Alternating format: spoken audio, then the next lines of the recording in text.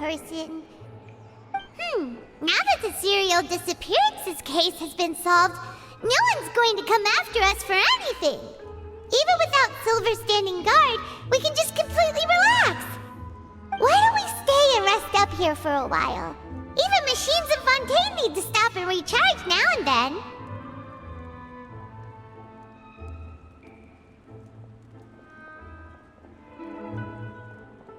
Oh, come on! This place isn't that bad. Besides, how often do we get to stay in an actual base?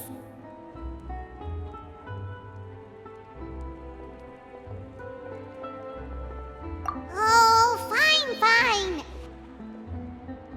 Remember that detective story Paimon read before? Well, the author is about to release a new book, so Paimon wanted to buy it as soon as it came out and have a quiet place to read it.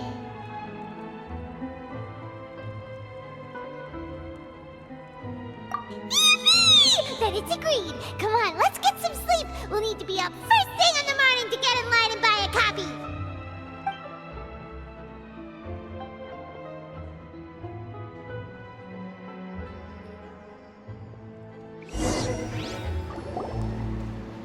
Paimon didn't expect that style at all.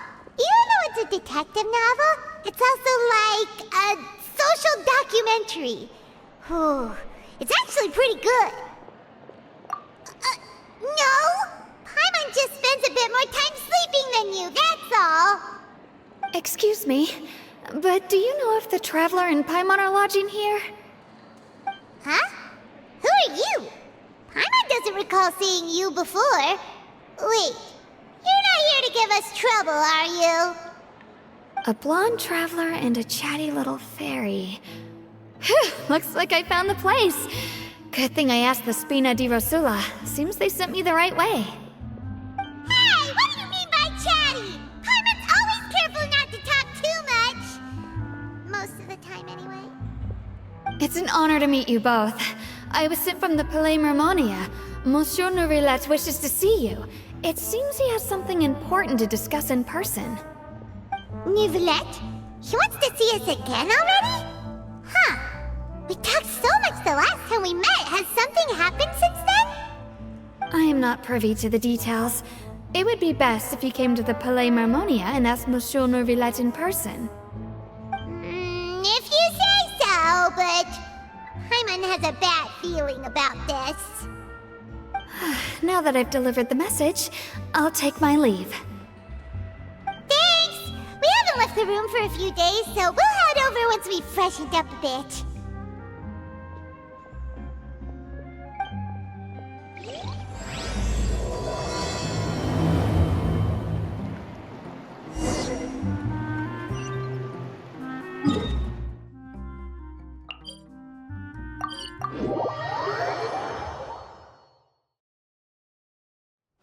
Merciless.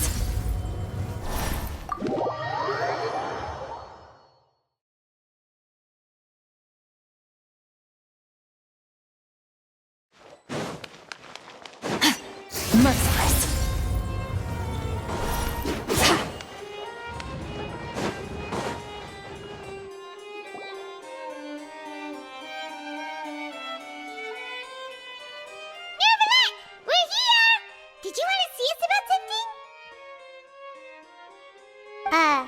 Huh?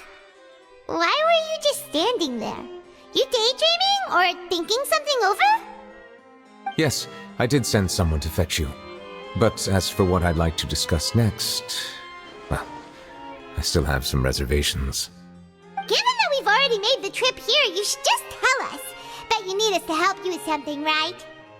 I do indeed have something I'd like to ask you to do. However, you should wait until after I tell you the details, then decide for yourselves whether you'd like to help or not. The situation is this. If I'm understanding you correctly, the Snezhnayan Harbinger known as the Knave has essentially requested a diplomatic meeting with you, correct?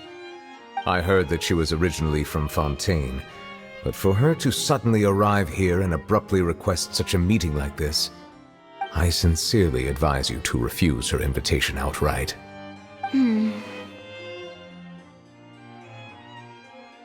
I'm sure you're aware that her purpose is most likely related to Child's recent predicament. We convicted one of the Snezhnayan Harbingers in a court of law, but we have yet to provide any form of detailed report on the matter. This does indeed provide an opportunity for Snezhnaya to put pressure on us. I believe we should adopt an evasive stance until we can provide a proper explanation and have a preliminary plan on how to deal with the matter. No, we shouldn't. I think we should agree to the meeting. Oh? Well, you see, we are the ones that owe an explanation. If we keep putting off the meeting, it could easily result in the problem escalating, right? It's like a fight between two friends. If they don't agree to see each other and talk in person, isn't it possible that the friendship could end entirely? Though diplomatic relations between Fontaine and Snezhnaya could be considered as friendly, it is only superficially so. You wouldn't go so far as to say that our nations are friends, as you did in your example. It was just an analogy. An analogy, okay? Moreover, even if we were to talk in person, if we don't have sufficient information prepared, it is quite possible the result wouldn't be restored relations, but a complete falling out. I don't think we should overthink those possibilities yet. Even if the logic of the divine is not immediately apparent, its wisdom will only be revealed with time. Besides, you'll be at the meeting. If any problems do pop up, you'll have no problem navigating them. I must clarify that interacting and communicating with people outside of court is not my cup of tea. It seems you think too much of me. But more importantly, when did I agree to join the meeting with you? You mean you won't come? No, that won't do. I can't go to the meeting alone. You have to accompany me. I must take you with me. Lady Farina, could there be something else regarding this matter that is being kept from me? No, not at all. Look, I am the Hydro Archon of Fontaine, Focalor, the god of justice who is loved and adored by many. So I only hope that justice will be served in this matter. Don't overthink it. I'll go find someone to arrange the meeting.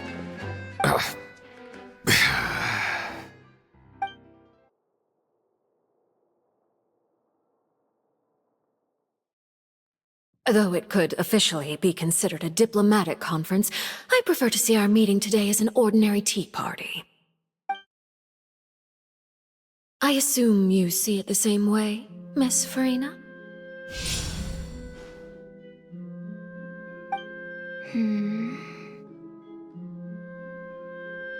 Lady Farina? Yes, that's right. Just like you said, a tea party. I should thank you for providing the pastries.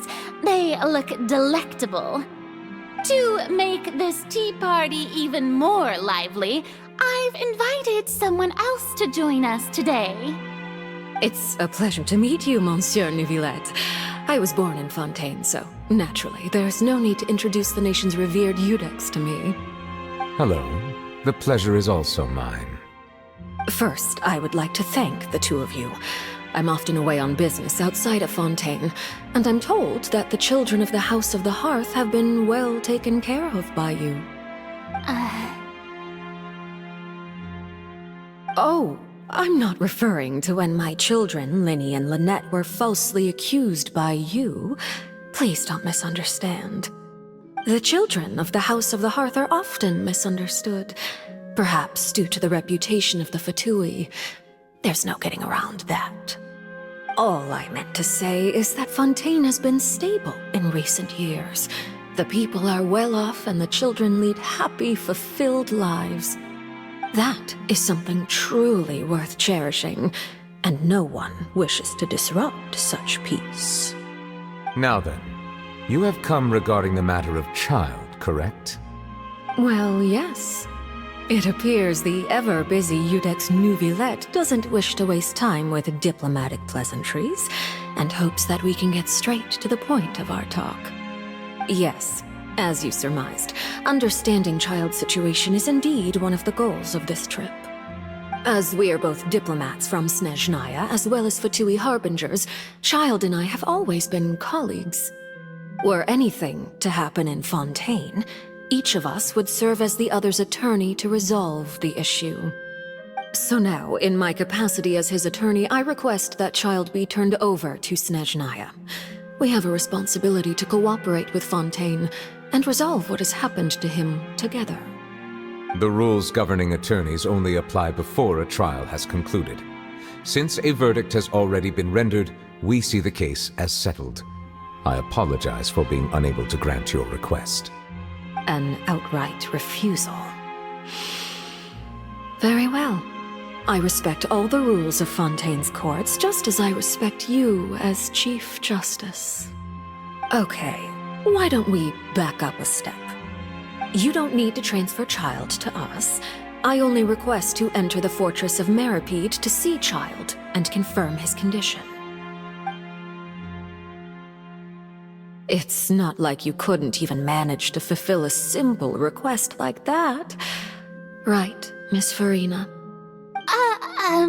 About that. The fortress of Meripede has always been completely autonomous. Even we have no authority to interfere there, and diplomatic issues do not suffice as an excuse. However, if you absolutely must confirm the situation of the Harbinger, I have a proposal.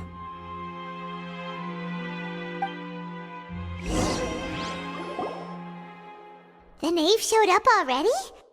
Well, Linny did say that Father will be returning soon. We didn't even know that Linny was from the House of the Hearth at the time, so we kinda overlooked that information.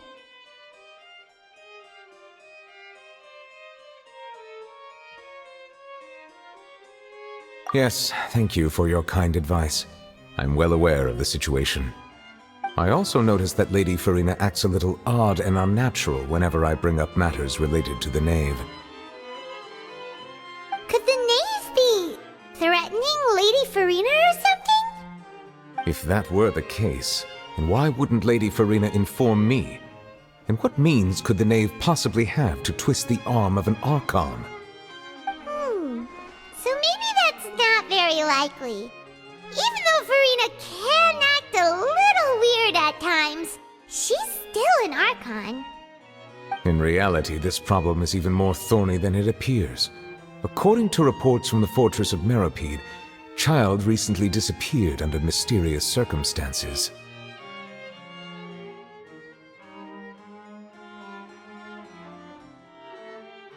The details are still unclear. We cannot rule out an escape, but there have also been no reports of him outside of the fortress of Meripede. Special guards oversee the fortress, and its internal systems are extensive. Combined with the special characteristics of the surrounding terrain, an escape should not be possible. I suspect that there's something else behind Child's disappearance. I was only willing to share this information with you because you are friends of Child, and it is my duty to see justice done. So this is what you wanted to see us about before. Yes. I would like you to go to the fortress of Meripede and investigate Child's disappearance. This was my proposal during our meeting with the knave. Rather than allowing her to intervene, I offered to send someone to find out about Child's situation and report back to her in detail. The knave did not seem satisfied by my proposal, but she still agreed to go along with it for the time being. Her words were, "We will talk more once we have that report." So that means we bought ourselves some time.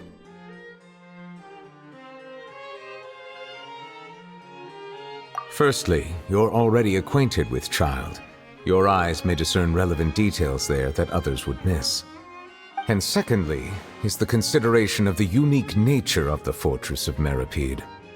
Isn't it just Fontaine's prison? I would not define it so crudely. The Fortress of Meripede is not affiliated with the court system of Fontaine on paper. It has always existed as an autonomous entity. Early in Fontaine's history, criminals were punished with exile, not imprisonment. Even today, sentences against convicted criminals still include exile, just as before. The Fortress of Meripede may seem like a prison, but it should in fact be regarded as a gathering place for exiles. All we do is dispatch guards to keep watch and help maintain security, but we have no right to get involved with any other matters. Although I do have a personal relationship with the administrator there, neither myself nor the courts have the right to be directly involved with the investigation, no matter how serious the grounds. Oh, Paimon gets it now. That's why you need us to conduct our own investigation as a third party, right? Correct. I will arrange false charges against you so that you may secretly investigate inside the fortress during your detention.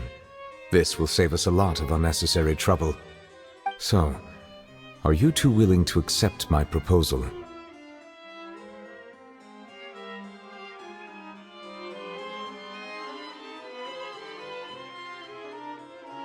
Yeah, no matter how you look at it, it seems we're the best choice. Alright, we hereby accept this difficult task. Reluctantly. You two have my sincere thanks. This matter is of critical importance to Fontaine's current situation. Also, I hope that both of you can keep this operation a secret. We will rendezvous at the Fortress of Meripede's entrance on Erinius once you've prepared yourselves. I will arrange for someone to take you inside. Prepared ourselves?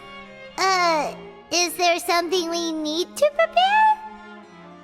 Perhaps you could enjoy a good meal and have a nice bath. I'm afraid that living conditions inside the fortress are nothing like those on the outside world. Oh, right! Even though we'll be there on trumped-up charges, we'll be in prison for real. On second thought, is it too late to back out?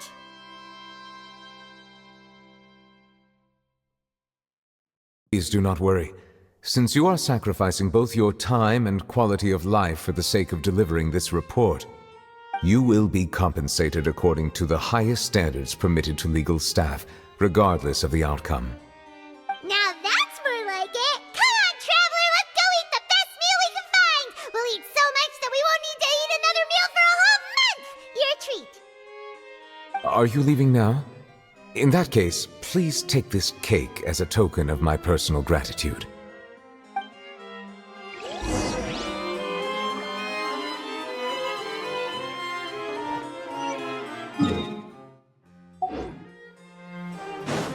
Merciless.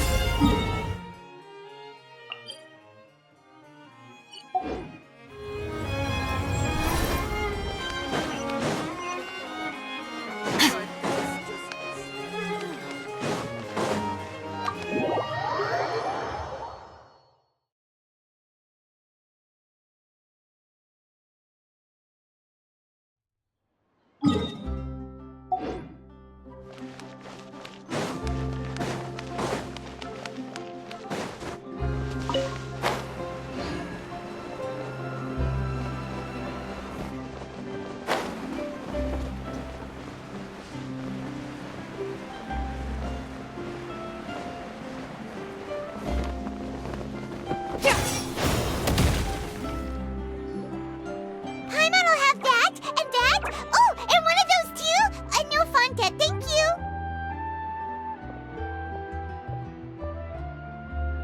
That cake was pretty good. But as soon as Paimon remembered that we're about to go to prison, Paimon's stomach suddenly became completely empty. Now that Paimon thinks about it, we've always been super careful ever since we arrived in Fontaine, just to avoid breaking any strange laws here. But here we are, about to willingly send ourselves off to the Fortress of Meripede. Maybe this is what they call fate. Let's just try our best to investigate everything quickly once we get there. Paimon doesn't want to stay in prison too long.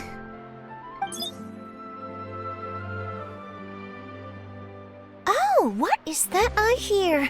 Is it the taste of a breaking story? Hey! You can't hear a taste! And what are you doing here, Charlotte? Oh, don't remind me. I invited an eyewitness to a case to eat here, and I was planning to get some great material out of him. But he didn't even show up. Calm down, calm down. This is nothing new. As a journalist, you should be used to this by now. As long as you can score some juicy tidbits from the traveler, you might still be able to recover the cost of the meal. You know we can still hear you, Charlotte. Never mind. It's nothing.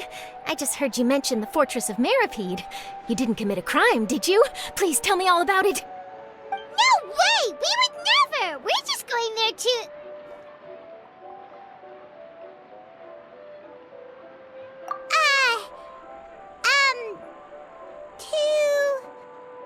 Oh no, Paimon almost forgot that Neverlet told us to keep it a secret!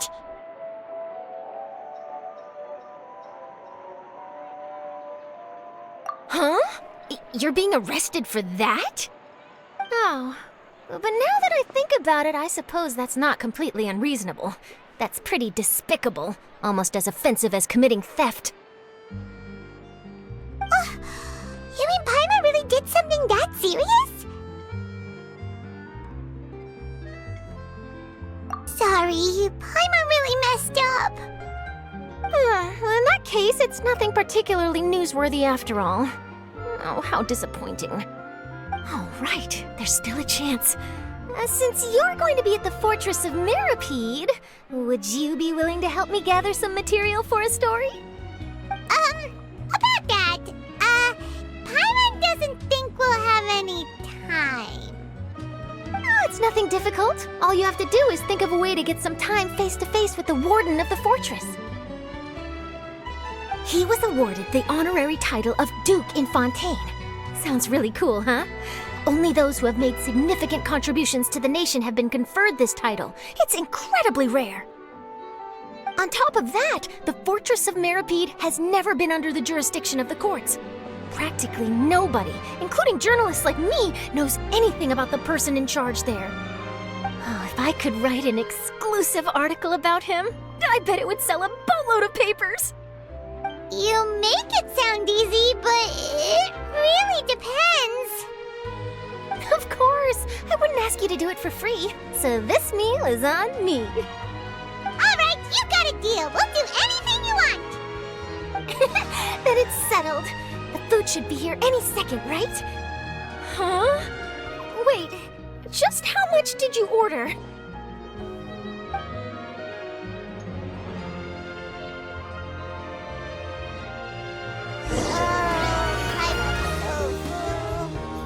Well, guess we have nothing to regret now, so let's get going. Wait. Huh?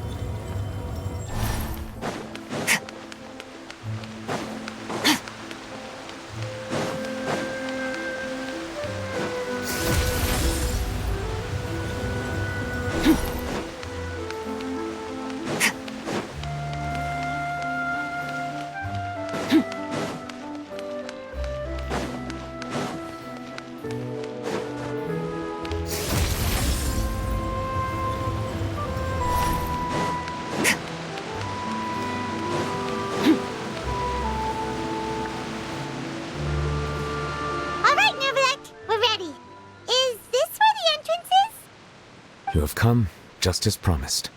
Yes, this is the one and only entrance to the Fortress of Meripede from Araneus. Careful. You may want to step back a bit. Whoa! So you have to go down from here? Is the prison underwater? Utilizing both the barrier of the water as well as the fear humans have of the depths, the Fortress of Meripede is naturally the perfect place to confine and guard criminals. But do not worry. It is not nearly as frightening inside as you may think. You will see for yourselves once you are down there. guess you're right. Don't know about you, but just thinking about being at the bottom of the sea like that gives Paimon the heebie-jeebies. Oh, and there's one more thing. I mentioned that I have had personal dealings with the administrator of the fortress, Wriothesley. He's a very shrewd fellow.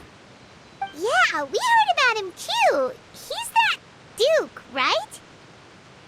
Correct. He is the highest-ranking manager of the underwater prison. Even though you are going there to investigate at my behest, it would behoove you to avoid any confrontation with him or any of his subordinates. The Duke rarely ever leaves the fortress of Meripede, but that does not mean he is not privy to all that is happening inside and outside the fortress. He is quiet, but not unaware, so please bear that in mind.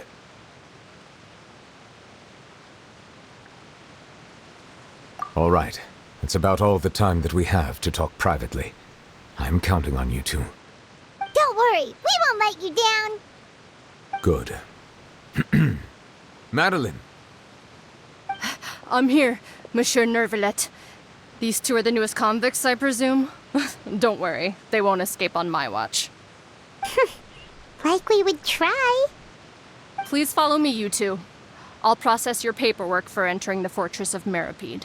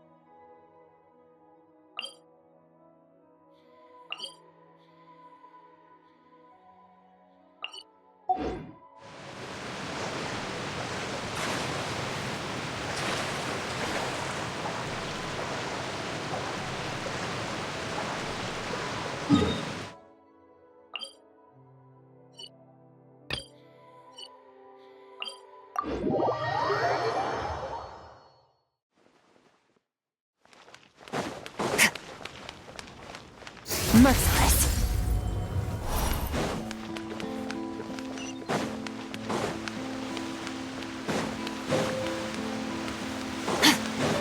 Fearless.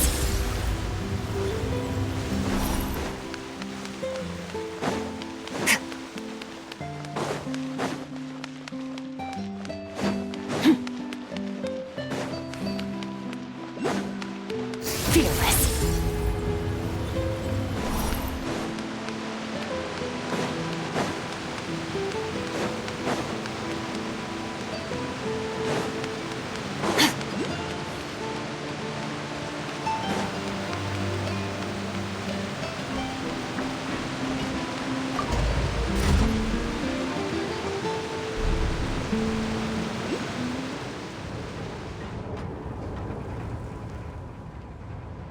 Are we already underwater now? Huh. So this is what it feels like to be a criminal in Fontaine. You two seem to be taking this pretty well. It's rare to see convicts in such a good mood. Merciless.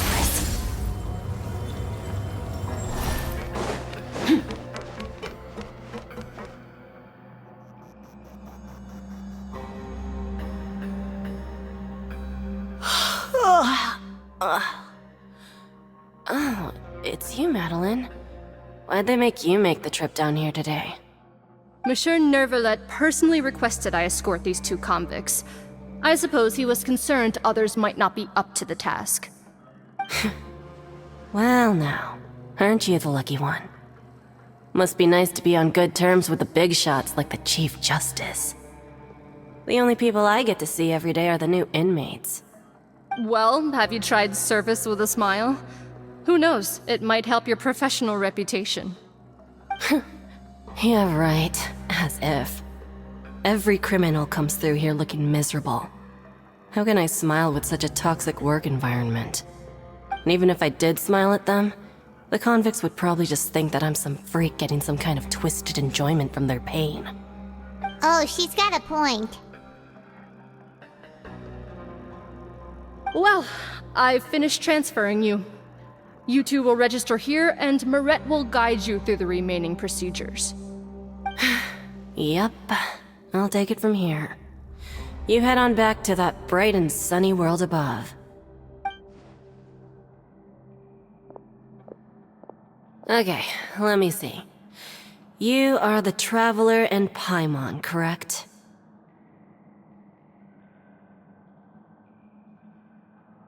That would be us! Let me confirm your charges and sentence. Let's see.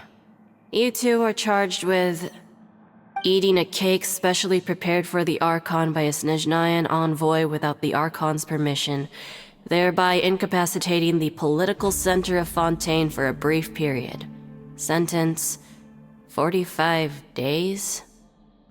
Huh? Wait, you mean the cake that Nervalet gave us was... Just looking at the charges, it seems you two are capable of causing some serious trouble. And considering how fond Lady Furina is of sweets, this crime is tantamount to trying to assassinate the Hydro Archon herself.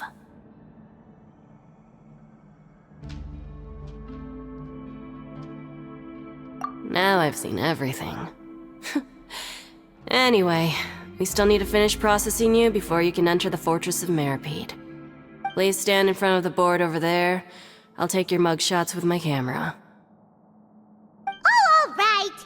But be sure to catch Paimon's good side.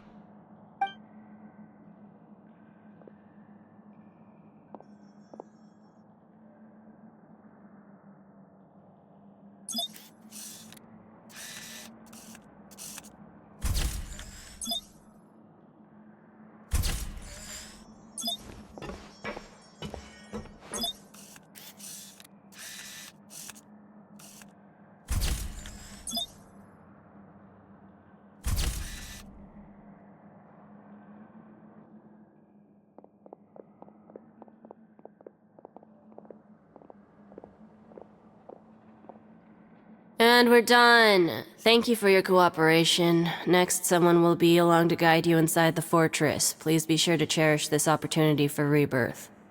Huh? Rebirth? Isn't that a little much? We're only gonna be here for 45 days! You two are the new inmates, right? Follow me. Oh, okay! Paimon is Paimon and this is the Traveler! Save it. Not like I'll remember your names. Move it.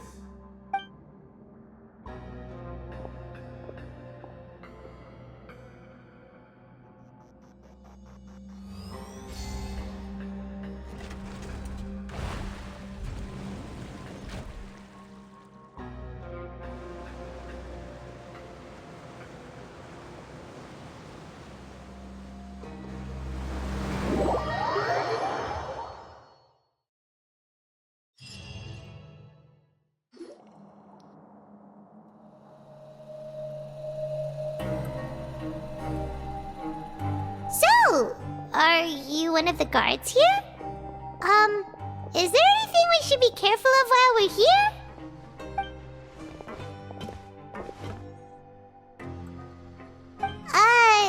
Did Paimon already ask something she wasn't supposed to? Why should I tell you anything? What's in it for me?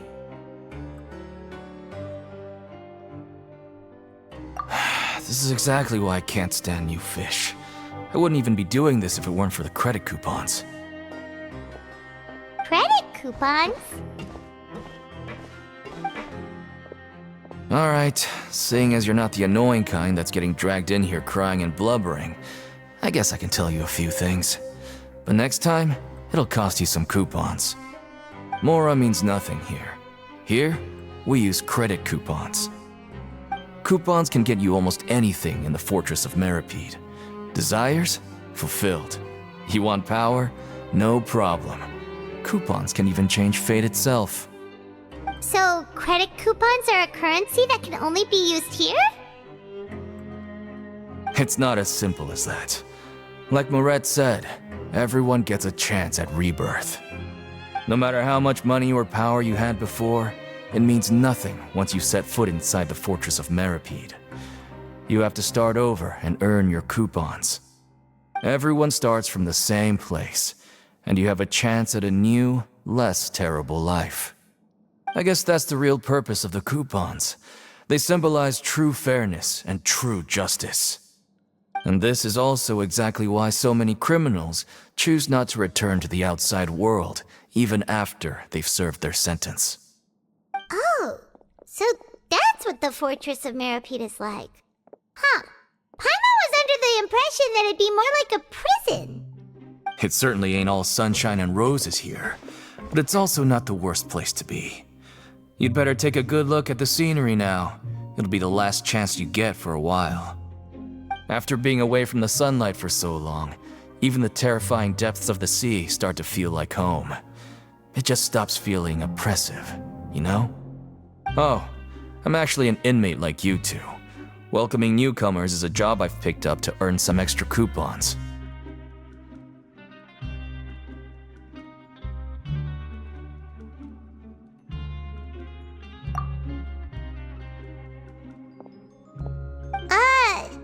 Why aren't you answering us again? I've told you enough for free. Any more info is gonna cost you. So all you care about is Mora! Wait, no. Coupons? Almost there. It's down through here. Your turn to give it a try.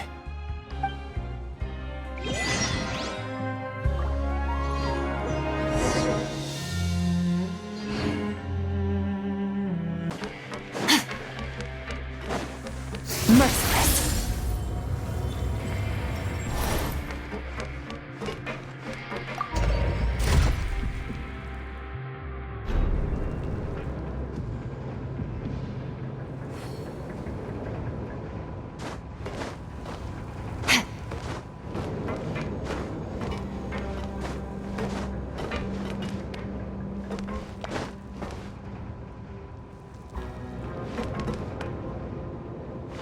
So, we're going even deeper now?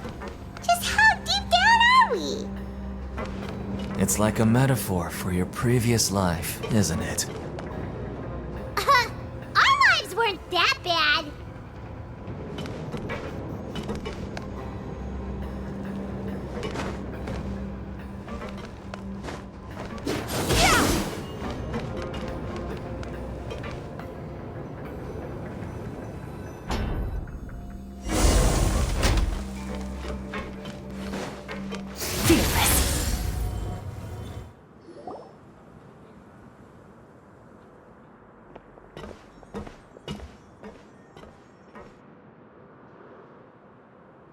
So this is the actual entrance to the Fortress of Meripede? Huh. It looks like there are other new arrivals, too. Oh, they sure don't look happy. Maybe we look too relaxed for fresh convicts.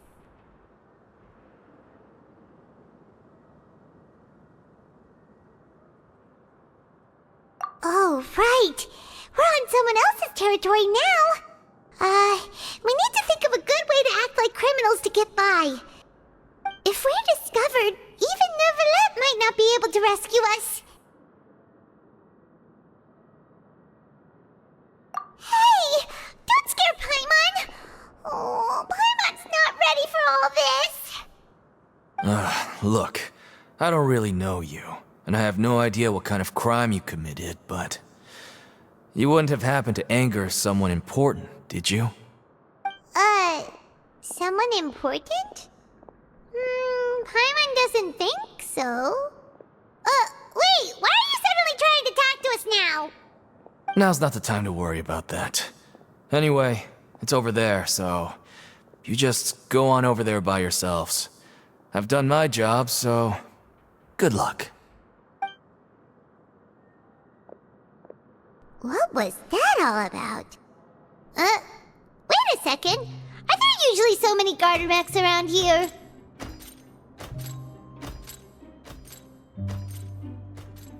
They're already onto us? Prisoners numbers 7459 and 7560. Welcome. Oh, no need to be anxious. These Gardamex aren't here to attack you. In fact, they're here as your honor guard. When I heard that you were friends of Monsieur Neuvillette, I had the Gardamex come and wait in formation. Wait! You know about our connection with Neuvillette? The seafloor isn't as cut off from the world as you might imagine. However, I'm afraid that I know nothing more than that you are friends of the Udex. And as you can see, committing a crime means being sentenced here, even if you're friends with the Chief Justice. Quite fair. The Duke! Greetings, Your Grace. Lovely weather today, isn't it? Oh, greetings, my good fellow. Well, I'm willing to imagine that the weather is as good outside the sea as you say it is. How great it would have been if only the Fortress of Meripede had been built on the coast, huh? It would have been so convenient to enjoy a nice chat in the sunshine. My profuse apologies. I just got so nervous when I saw you, So this is the Duke. He sure looks a lot younger than Paimon imagined. The Traveler and Paimon, correct? Mr. Deacon here was responsible for your welcome. I trust you were satisfied with his guidance? Ah, I see. In that case, I regret to announce that Deacon here has just missed the best opportunity in his prison career to be promoted. I admit that I was only thinking about the coupons. I'm sorry to have disappointed you, Your Grace. I once hoped for a chance to do some higher-level work. I had no idea you two were big shots who were worthy of speaking with His Grace. Losing out on such a big opportunity because I couldn't see past my own nose. Plenty of time ahead, Deacon. There'll be more opportunities. Well, I believe that concludes the introductions. We've already taken enough time here. Deacon, if you would. Yes, Your Grace. I'll take my leave now.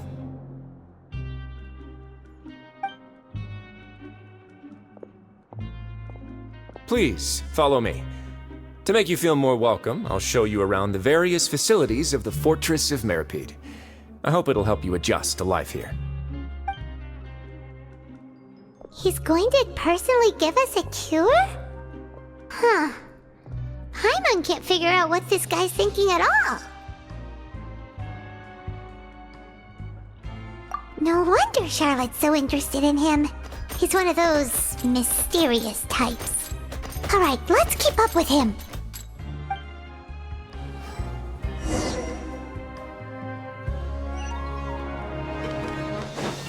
Merciless.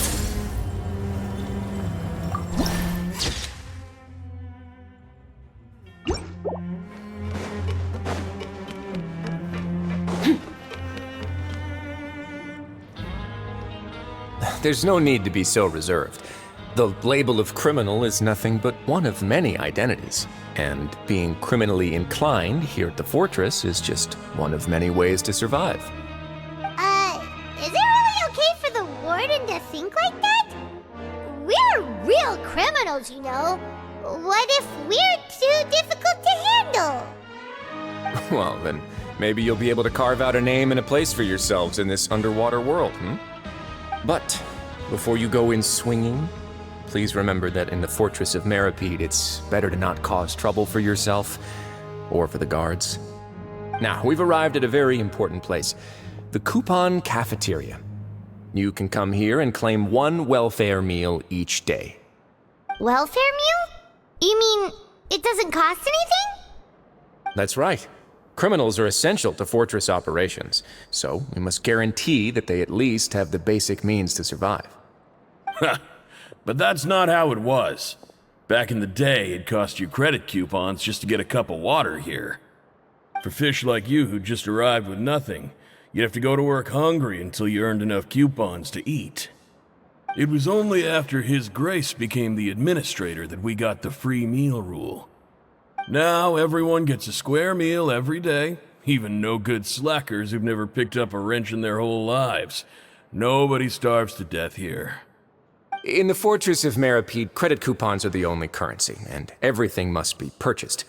In some sense, you could say using the coupons is a form of trade. But trade is always conducted by people. So if we want trade here to prosper, we need everyone to work hard and live their lives. If nobody could even afford a meal, then the whole fortress would be up in arms. And that would only make things more difficult for me. So, rather than saying that we're giving everyone a free meal here, you should say that everyone's hard work has improved the living conditions in the Fortress of Meripede. Your Grace's reasoning is correct, but what I said is also true. Whatever the case, hard work is rewarded here. You'd be hard-pressed to find anywhere else as fair and reasonable. Right! Paimon sees your point. By that logic, this place doesn't seem so bad after all. Oh, wait, no. We shouldn't drop our guard so quickly. But it seems the inmates really respect the Duke because of his attitude, right?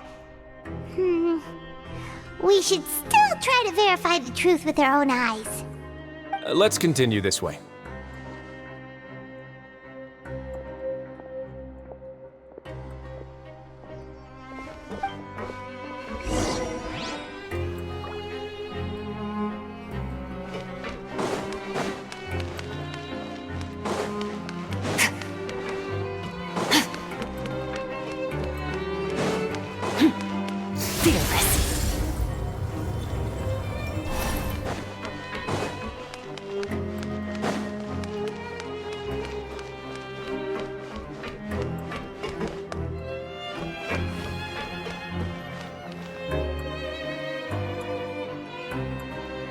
This place is known as the Pancration Ring.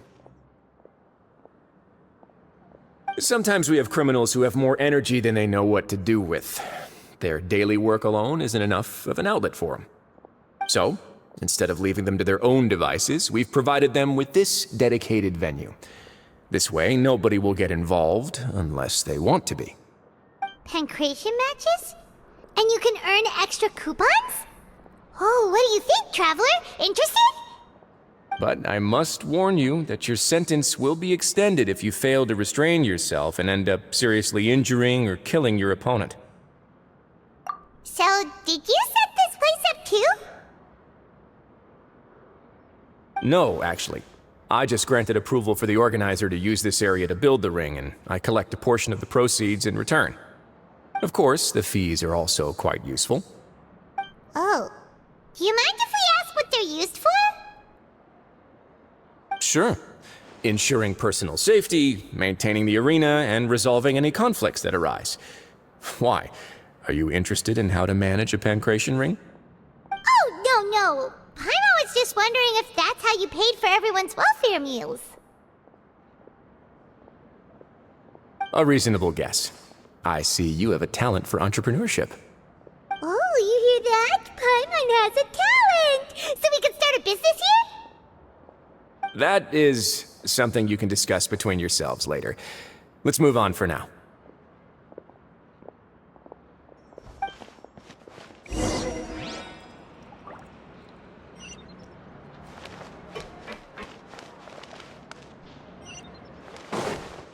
Merciless.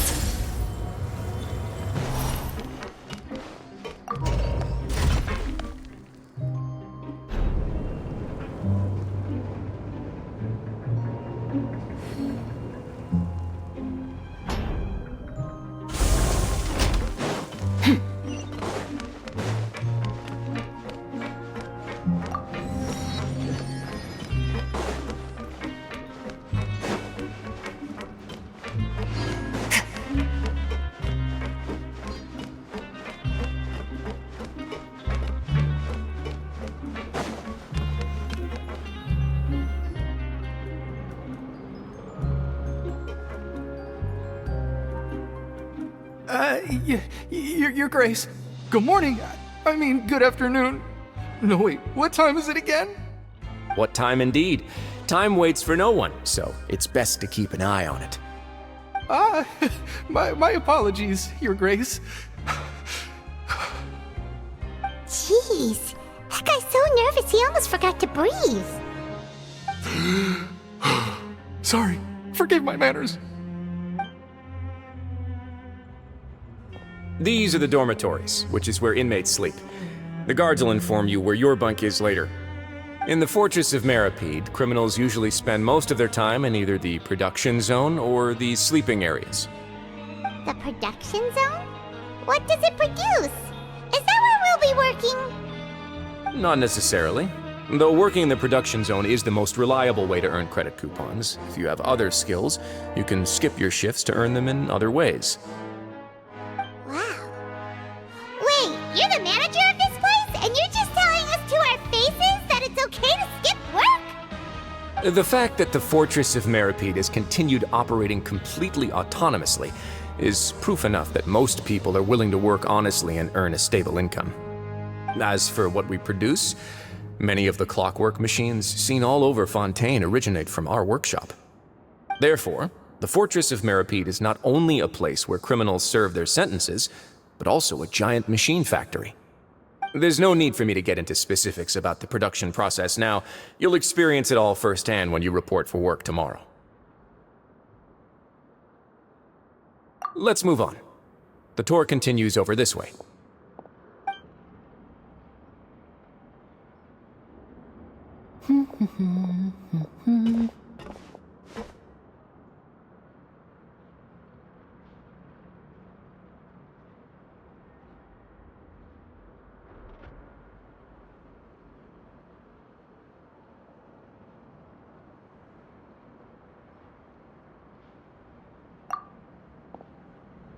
Oh!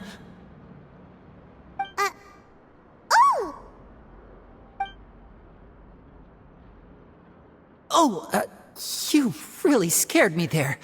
I didn't expect to see you here, Your Grace. I thought maybe I was so tired from work that I was starting to see things. The only thing you should be seeing is the work in front of you. Stay focused and keep up the pace. Oh? Is something the matter? It's nothing. Paimon's just worried about how hard we'll have to work tomorrow.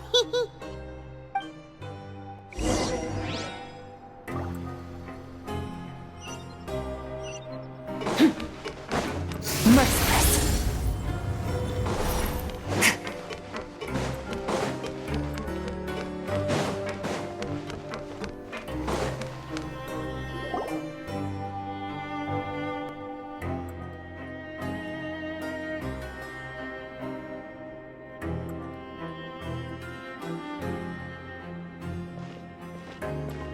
Your Grace? What are you doing in the infirmary at a time like this? Oh no, you didn't injure yourself, did you?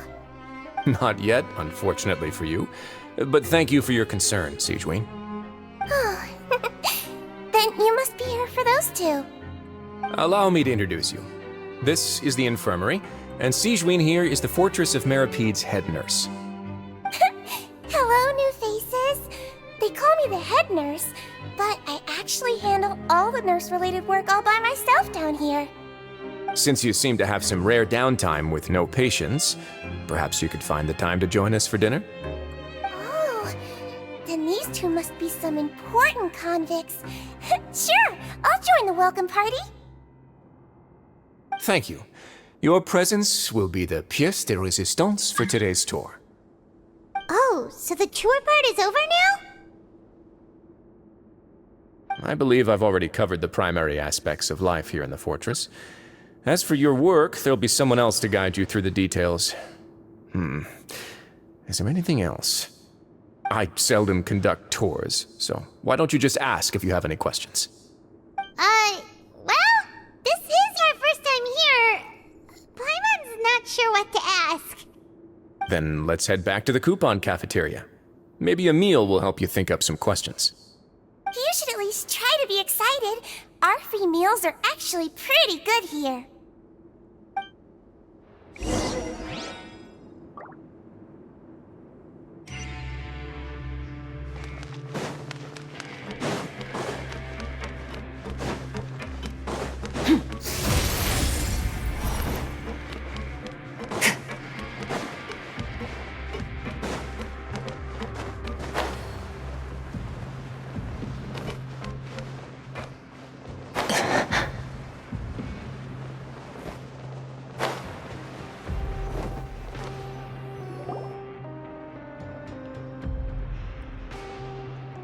What do you think of the food? Does it meet your expectations? Wow, it looks delicious! Neverlet made it sound like living conditions in the Fortress of Meripede wasn't very good. Who would have guessed that criminals get to eat tasty food like this every day? Oh, isn't that the meal box that only super lucky people manage to draw? Seems like you two are quite fortunate. It actually has nothing to do with luck in this case. I had a word with Walsey, so you didn't have to draw lots like everyone else. Oh, you mean the meals are random? Yes, what you get to eat depends completely on your luck. You could say that it's a distasteful little game that Chef Walsey likes to play here in the cafeteria. Paimon knew it! If criminals got to eat tasty food like this every meal, the crime rate in Fontaine would skyrocket for sure! Excuse me, did I hear you mention Nervulette just now? I've been wondering how he's doing. Is he busy with work? Has he been taking care of his health? He seems healthy no matter how you look at him, but he works so hard all the time, so it must be really tiring. Sounds like he hasn't changed a bit. Looks like you can stop worrying so much, Sigewinne. Oh, that's good. But I still feel like it's been too long since I've heard any news about him. No news is good news. Maybe next time I've got something to discuss with him, I can invite you to accompany us. But isn't the Fortress of Meripede independent from Fontaine's court system? What do you two have to discuss? Well, we provide all kinds of mechanical products for official use, and some essential goods have to be obtained from the overworld, so we naturally have to stay in touch about this and that. Monsieur Nervulet's character is unimpeachable. No matter the question, you can discuss it openly and freely with him. Talking with him feels quite effortless. In light of that, I am quite willing to go out of my way to show respect and accommodate him. In fact, right now, I'm treating you two as guests invited by Monsieur Nervulet. But unfortunately, I can only do so until the end of this meal. After this, you two will just be inmates here. You're very welcome. Well, your new life awaits.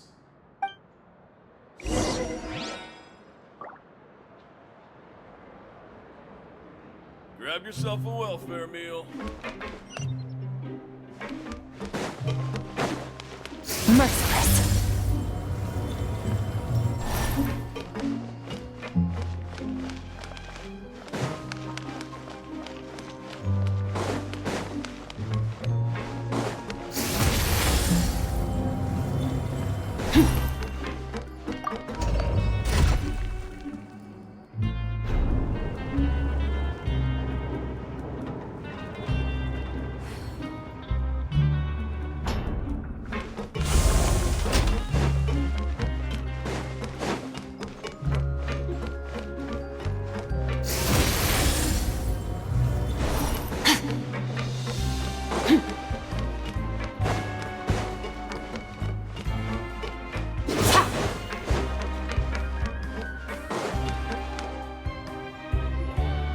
Traveler and Paimon, right? Listen up. As new inmates, the only thing you need to worry about is what to do and when to do it. Don't make any extra trouble for yourself. Your bunks are right over there. Follow me.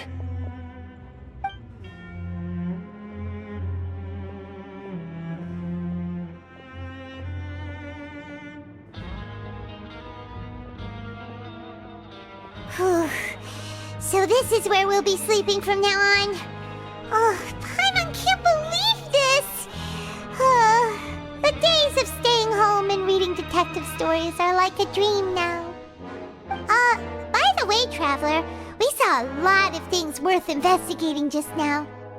Even though the Duke didn't say it too directly, judging from what he said at the end, it seems that he was only welcoming because we know Nervulet. We are criminals, and Paimon did eat that cake, but we're actually here to help Nervulet. Is it possible that he knows we're here on a mission? Or is Paimon overthinking things? Yeah, Paimon thinks so too. He probably knew why we came here from the very beginning and intentionally wanted to send us a message. Maybe something like, "Hey, I have my eyes on you, so don't try anything funny." Yeah, you're right. It's not like we can go back to Neuvillette empty-handed and say, "The dude looks scary, so we gave up."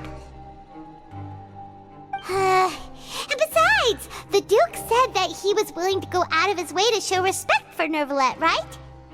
So, we at least need to try. But Paimon hasn't gotten a clue where we should start our investigation. You mean...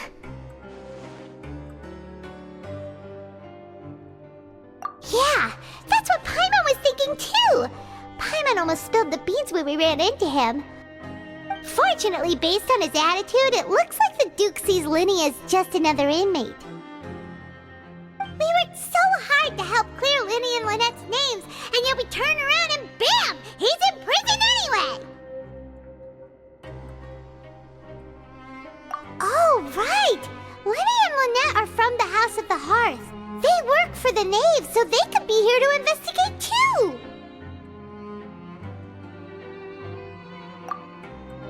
Huh? Oh, it's a card! Paimon didn't notice it earlier! It looks like a magician's prop. Lenny must have left it here. He's in prison and still doing his little tricks, huh? Let Paimon have a look. It was nice to bump into you again. Let's catch up in the production zone tomorrow. What in the world? It's written like he's greeting a buddy on the street. Paimon thought he'd write something important. If you say so, we can ask him what's going on tomorrow. Let's get some rest now.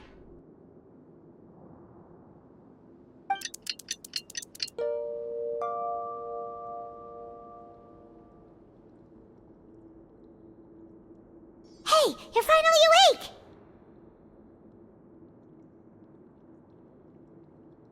Well, it's Paimon's first day as a prisoner. Last night, Paimon dreamed about getting interrogated by the guards until Paimon told them everything, and then Paimon woke up.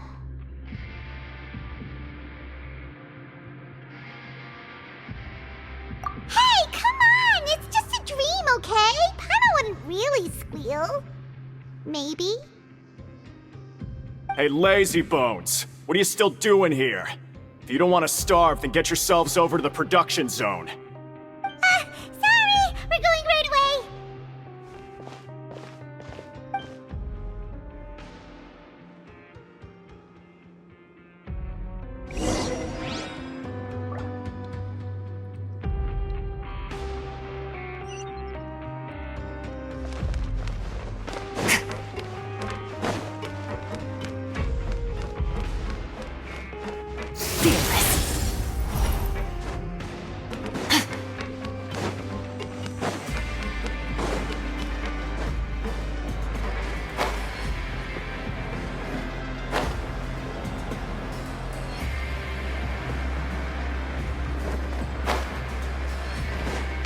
Merciless.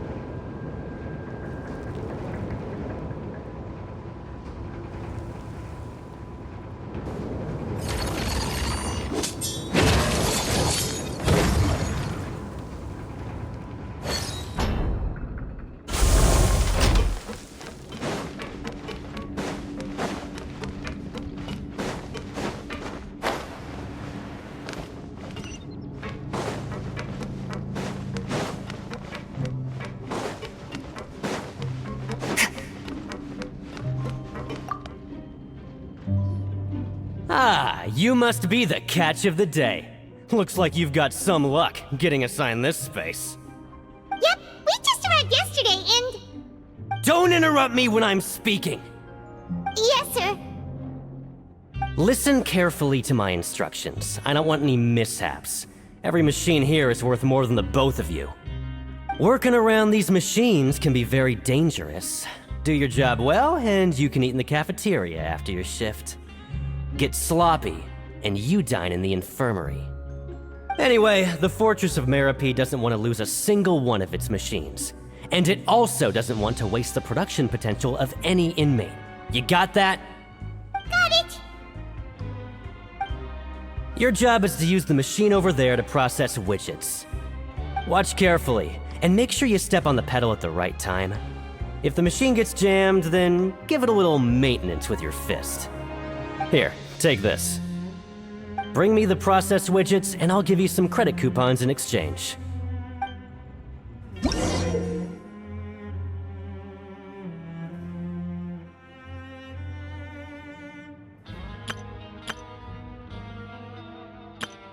The process widget. Once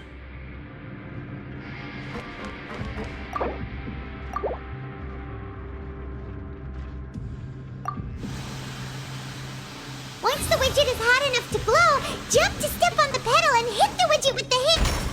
So if the machine gets jammed, you just need to attack it to fix the problem.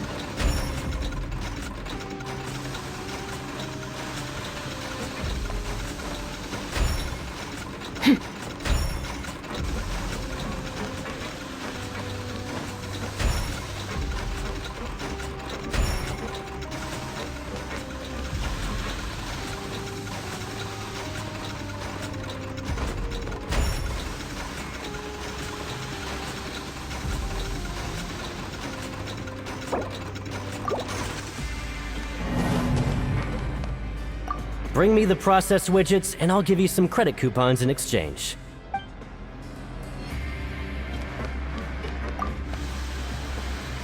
So if the machine gets jammed, you just need to attack it to fix the problem.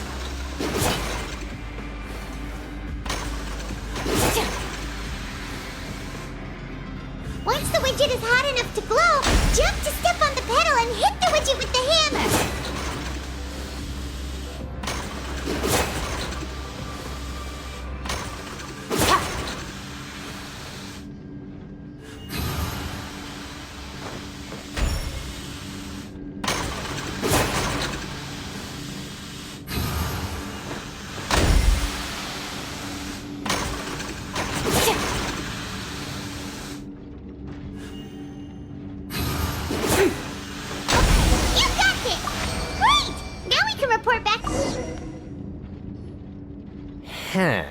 This one is tolerable. Though since the processing is done by machine, the product is all pretty much the same anyway. Alright, I'll pass you for now. And we'll count up how many credit coupons you've earned.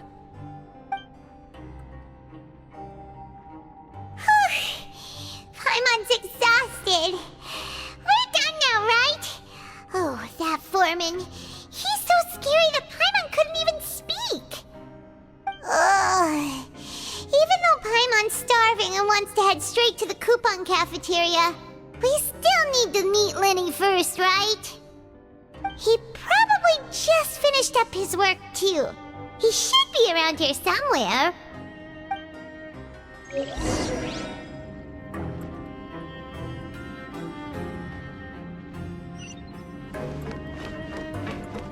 Merciless.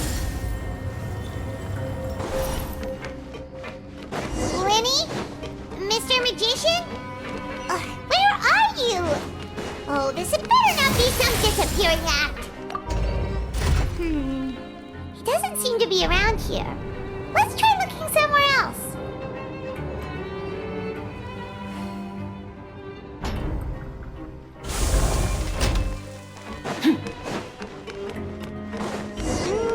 Where could he be?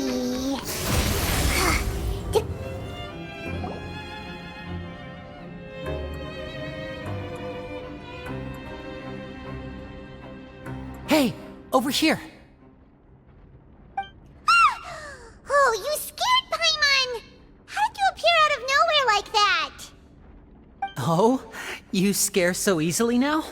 Is there something worrying you these days? Oh, you little... The only thing we're worried about was trying to find you. Sorry. Come over here and keep it down.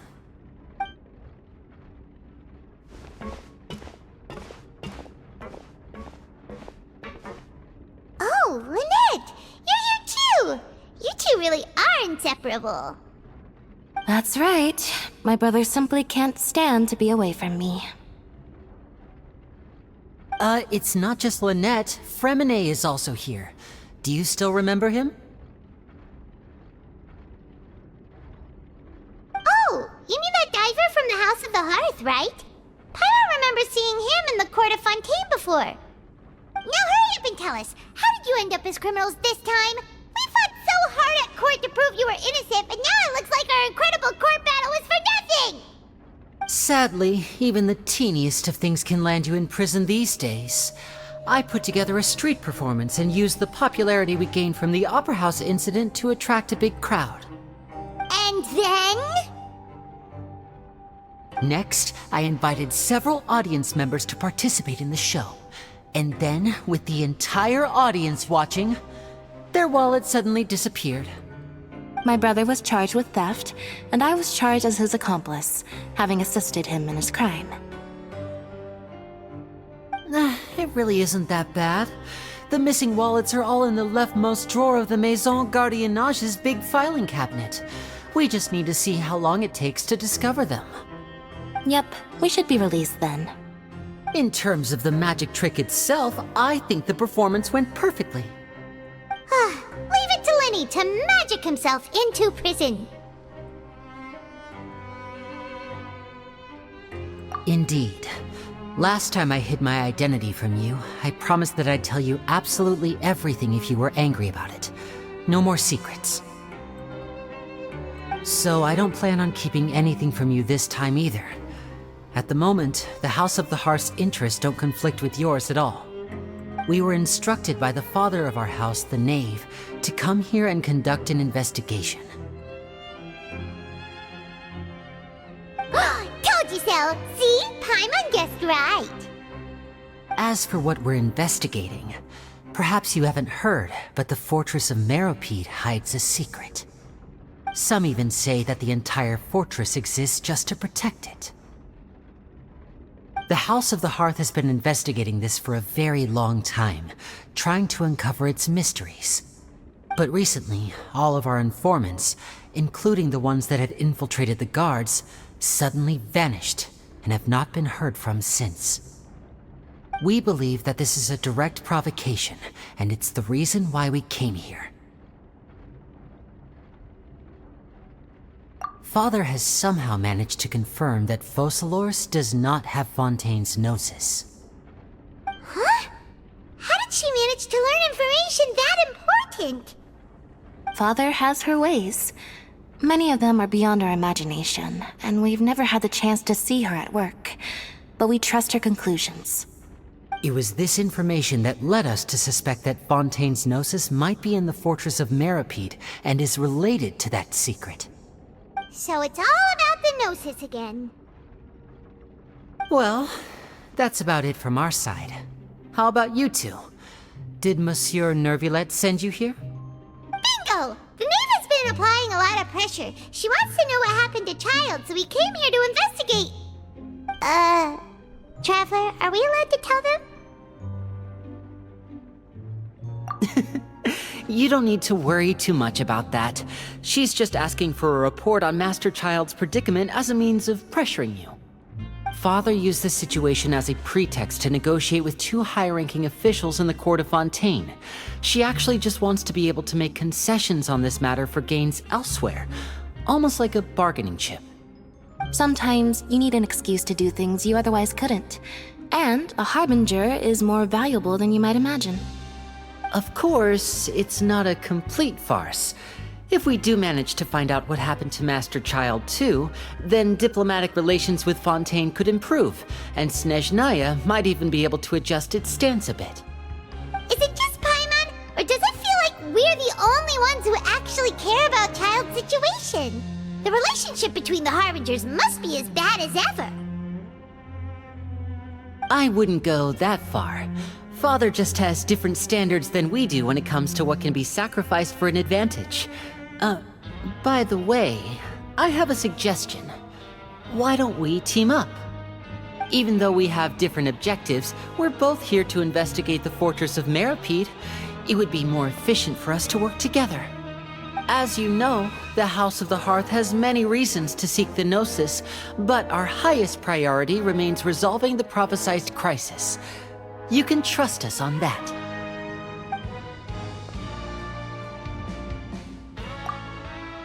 See, I told you. Is that so? Sure enough, it won't be easy to convince them to cooperate with us. Lenny seems to be thinking pretty hard about something. Of course he is. Lenny has been looking forward to a chance to reach an understanding with you ever since last we met. Or, I should say, we were really looking forward to teaming up with you this time. Lynette, just tell them everything, why don't you? It's okay to open up a little. Very prudent of you, and consistent with your behavior since we first met. That's reasonable enough, and I agreed to cooperate on these terms as well. I was prepared for the worst, but you were actually more agreeable than I anticipated. All right then, there's no time to lose. I have some information to share, so listen carefully. Since Lynette and I arrived here, our investigation uncovered the fact that the Fortress of Meripede has a forbidden zone. Most people just clammed up and wouldn't talk, but after asking the right questions, we were able to confirm the existence of the forbidden zone from the guards. You should be aware of that while you're investigating. A forbidden zone? Could that be where the child disappeared to? You're right, we'll definitely keep that in mind. Good. That's the most suspicious thing about the fortress that we know of so far. We have a few other unanswered questions, and we'll be investigating those as quickly as we can. Anyway, I hope you find our information useful at least. Oh, look at the time. You two must be hungry. You should go to the coupon cafeteria and get something to eat. I'll use my cards to get in touch with you again in the future. Oh, that's just what Paimon wanted to hear! Paimon's starving after all that work today. We can talk more about the investigation later. Let's go get some grub!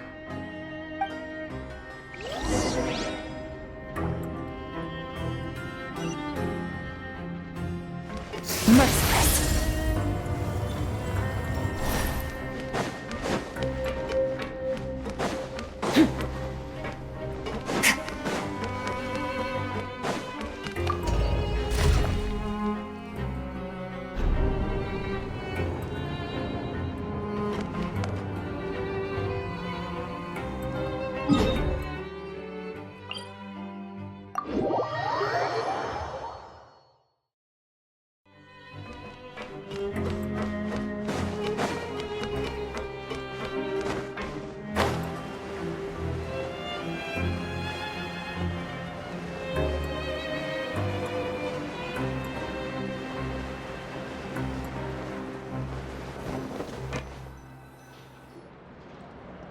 Oh, he wasn't kidding.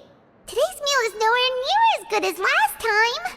Oh, who knows how long it'll be until we're lucky enough to get that super tasty meal again.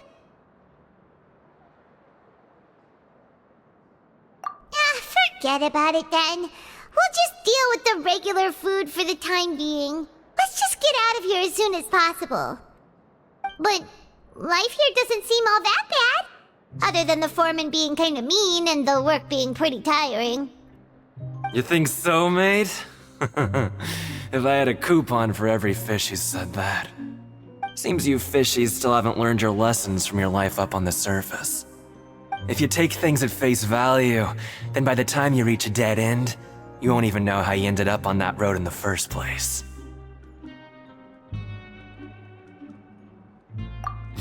I like your attitude. I can, let you in on a little something.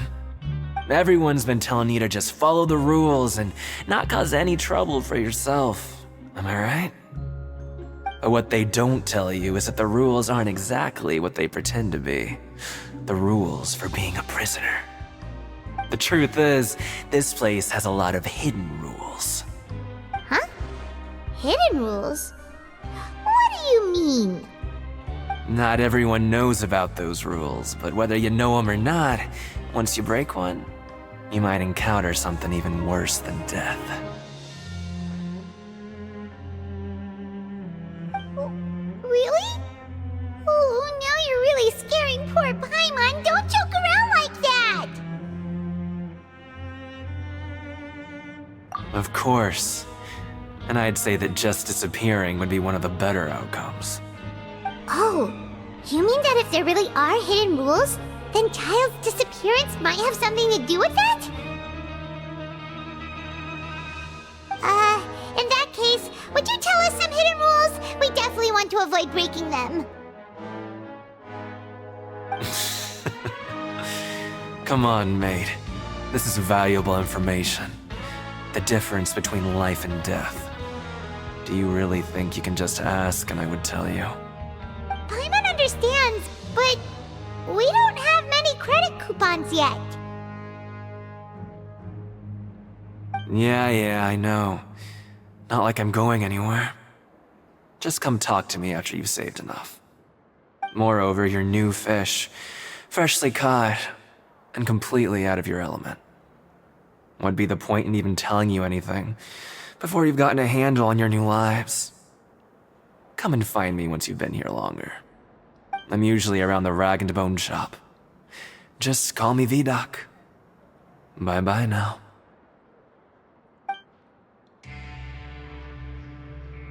He left. Just like that. Huh.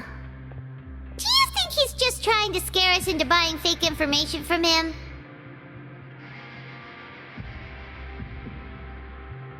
Yeah. It might be a good place to start in our investigation. Hidden rules, huh?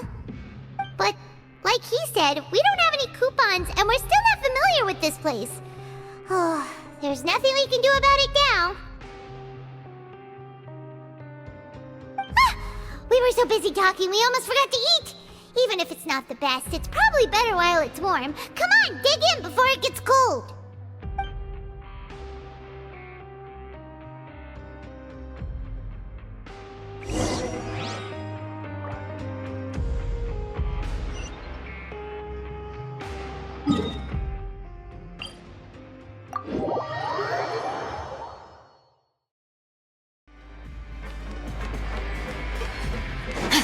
Merciless.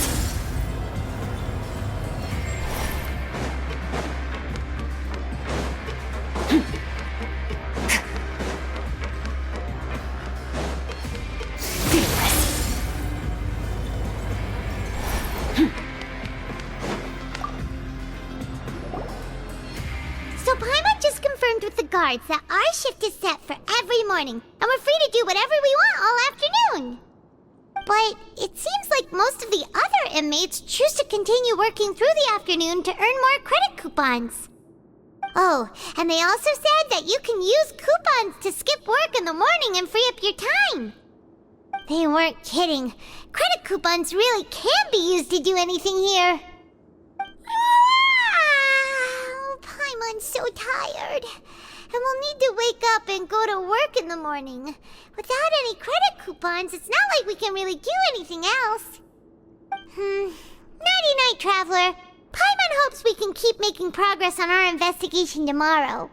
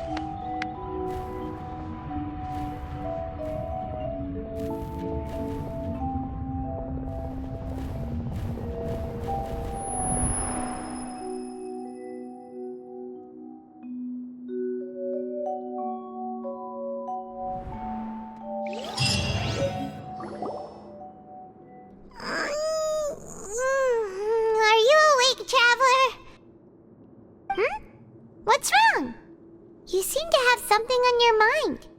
Did you dream about something last night? Is that even possible? Unless it wasn't an ordinary dream? Oh, Child's vision! So you had it with you this whole time? Maybe the vision connected Child's consciousness to yours. And our investigation has its first major breakthrough! Good thing you brought the vision with you here. So what did you see in the dream? Do you know where Child went? Huh. Okay. Well, hopefully it'll be a bit more helpful in the future. What's more important now is that it's the start of another new day as prisoners. Let's do our best to earn more credit coupons. What's the plan for today? Let's go! It's time to start working. If that guard Fielding catches us skulking about, he's sure to give us an earful.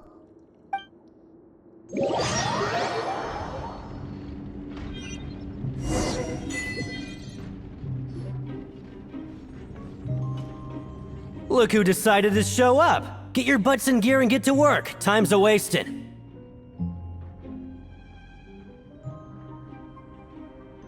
Good, here you go. Remember to give me the widget once you've finished processing it.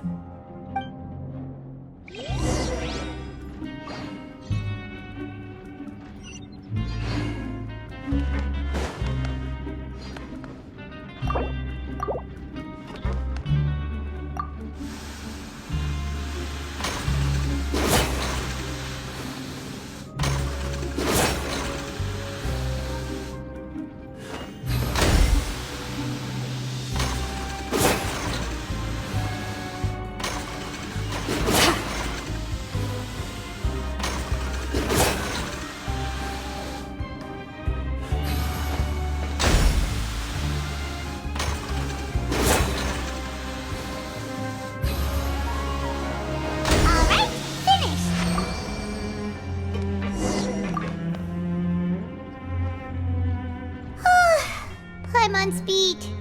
But after so many shifts, it seems we're really getting the hang of it now.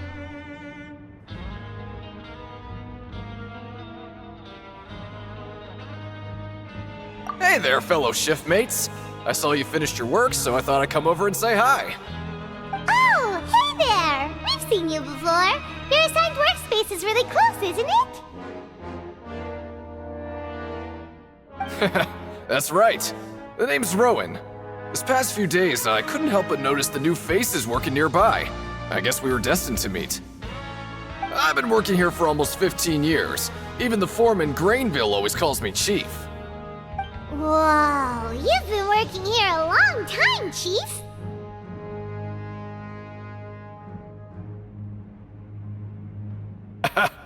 If there's anything you'd like to know, just ask me.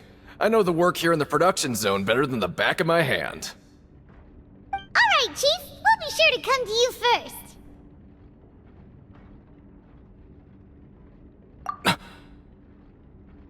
Did you just ask about the rules? Pretty sharp for newcomers. You've already heard about the rules, huh? Who'd you hear it from?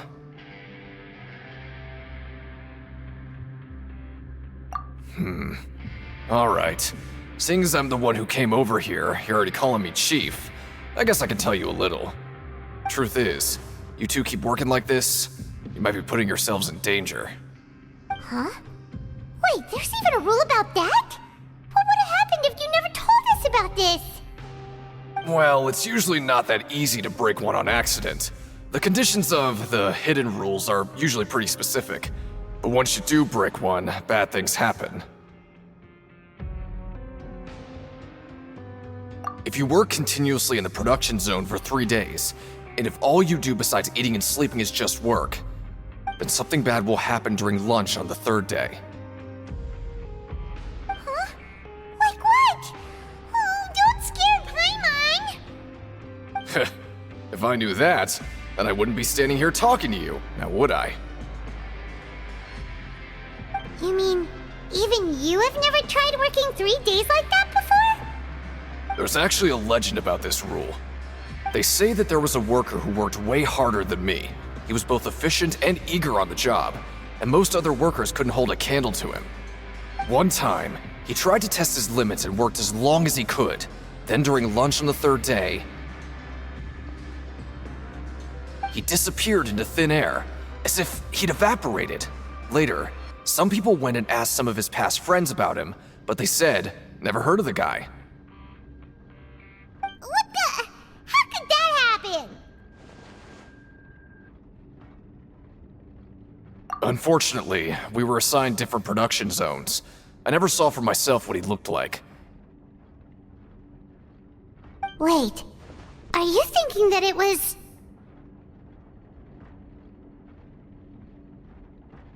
Huh? Oh? You... Listen, kid. This ain't the kind of thing you should be curious about. Let me tell you, you're better off forgetting about it and looking after yourself. Now I kind of regret ever telling you. Yeah, I agree with Chief here. Do you really want to try?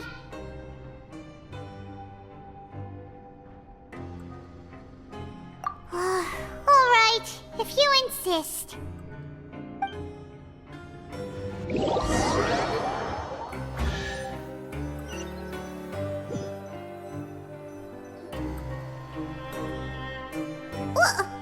What is this garbage?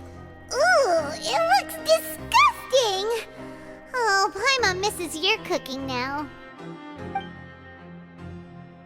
What would you like to do this afternoon?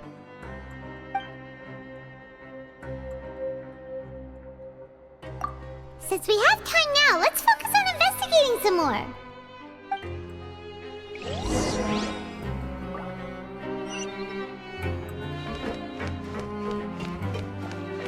Merciless.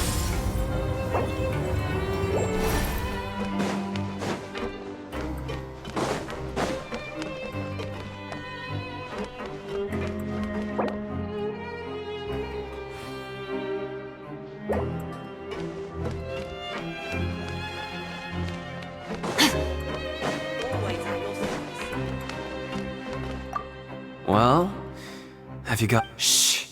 Sit.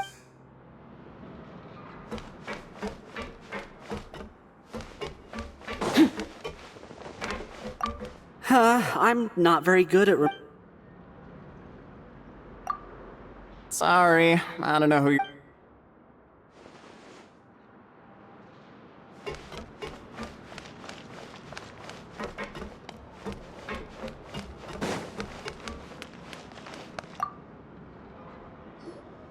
Oh, hello. You two are the ones who were with His Grace. No need to be so nervous. Sorry, I couldn't help but think of His Grace once I saw you, and I... Well, it's hard to say. Maybe I am. He's got a very overwhelming presence. It makes me feel like I'm just some insignificant little bug. Wait, seriously? Oh, I'm always indecisive, and I tend to make a mess of things. It's like a reflex. I just instantly start to tense up the moment I see a smart and capable person like His Grace. What? Please, don't say anything like that out loud. How could you possibly think something like that?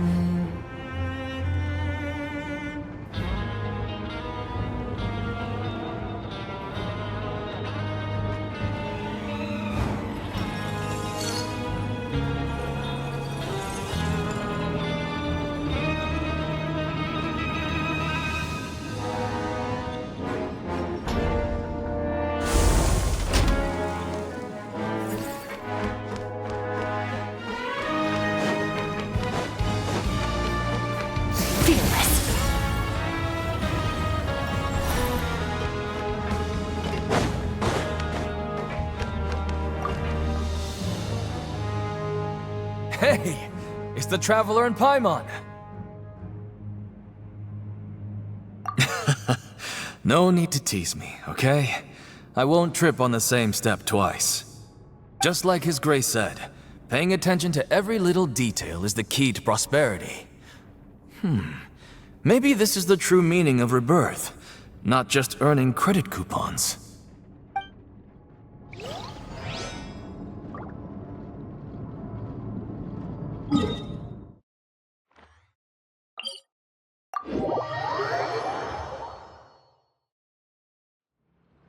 All things come to an end. Even time itself. Merciless.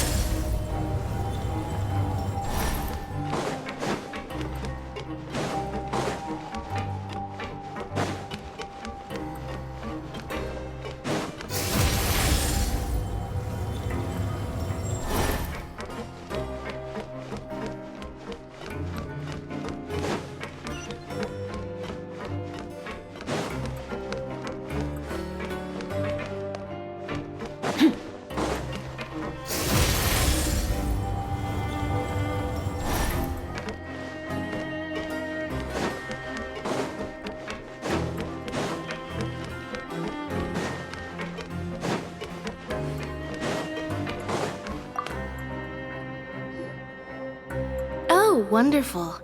I was worried that you'd be busy trying to earn credit coupons all the time, but it seems like you haven't neglected your investigation work after all. Paimon likes having more coupons, but no one wants to work all the time. Have you also been investigating the area, Lynette? No, I was just slacking off, and you happened to catch me.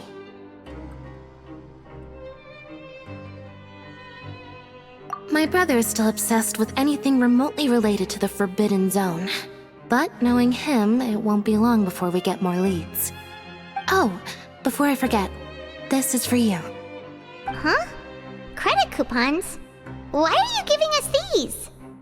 I've been here longer than you, so credit coupons aren't a resource in particularly short supply. What is in short supply are interesting people to talk with. Aw, that's so nice of you, Lynette. We'll be sure to make good use of these coupons then. Thanks a bunch!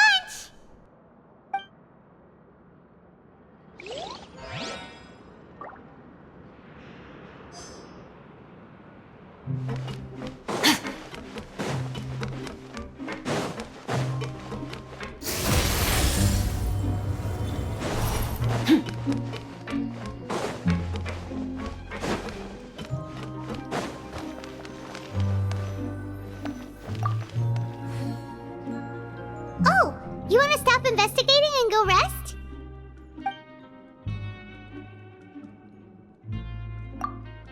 Okay, you should rest up. We'll be back at it tomorrow.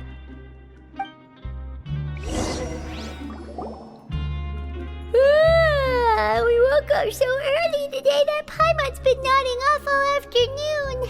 Good thing it's finally time for bed.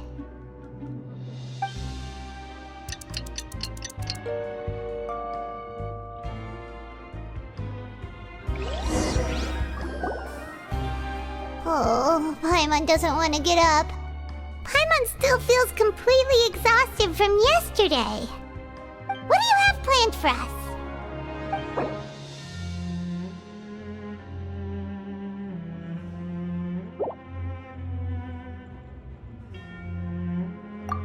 Let's go! Credit coupons, here we come!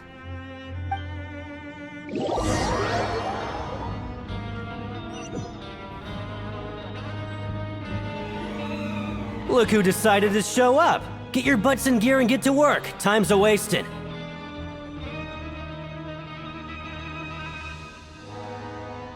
Oh? What's with suddenly wanting to work so hard? You need coupons that badly? Sure. Let's just say we really want to test our limits.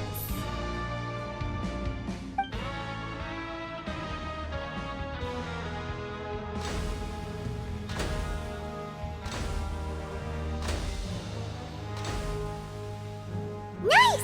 We did well today. Let's keep it up!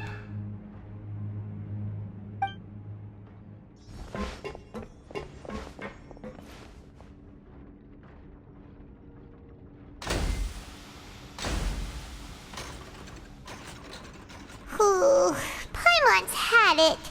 Who knew that processing these widgets would be so tiring?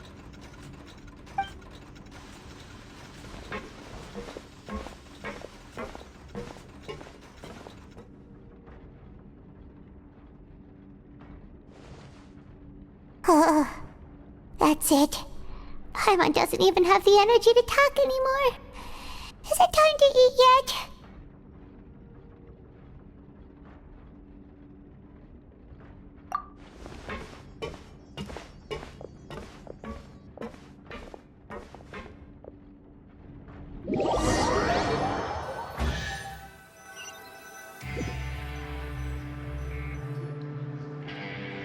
Oh, Paimon's exhausted.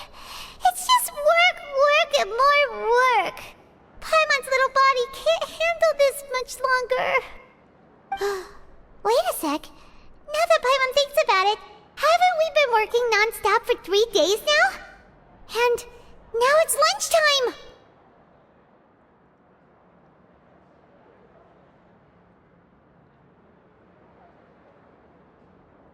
Oh, Paimon feels a shiver going down her spine. What's going to happen? But it doesn't seem like anything's changed at all. And we made it to the coupon cafeteria safely. Are the so-called hidden rules only a rumor after all? Well, there's no use to just guessing all day. Paimon's stomach has been grumbling the whole time. Let's just eat already. Paimon wonders what we'll get today. Maybe we'll get the super lucky meal. Wait, what? What in the world is this? What's with Paimon's food? And yours is the same. Is this stuff meat? But it looks and feels so bizarre. What kind of chef would make food like this? What do you think is going on? Is this the bad thing that Rowan was talking about? No, stop right there. Paimon gets what you mean, just don't say it. Hey, isn't that Woolsey over there? He must have made the food, right? So let's just ask him about the food and be done with it. Hey, Woolsey, have a moment? What is it? I'm about to go report the numbers for today's free meal, so you'd better make it quick. It's about the meat in our meals. Look, does it seem normal to you? The meat? Oh, that. Looks perfectly fine to me. Totally normal. You better hurry up and chow down. How could this be fun? Hey, don't leave! You barely even looked at it! Hey! Ugh, what should we do now? Woolsey wouldn't even give us the time of day. Is he trying to hide something? Yeah, looks like we have no other choice. Paimon was positively famished a minute ago, but now she's lost her appetite.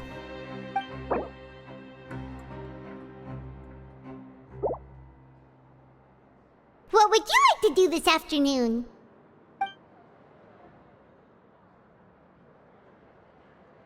Yeah, Paimon felt like some of the people here were a little strange the moment she saw them.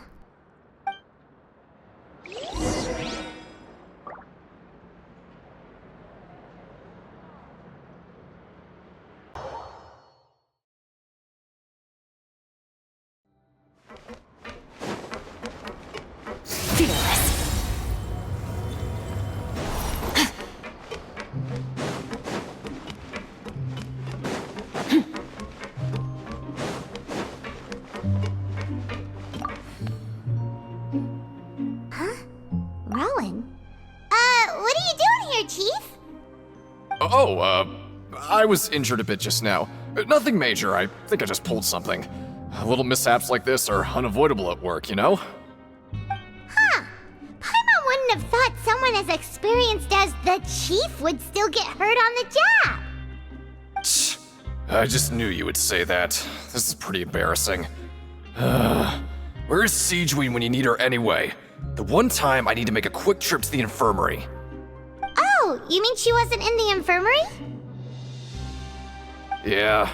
The rumors say that there's never anybody in the infirmary in the half hour before lunch, and nobody knows where Siegewing gets off to.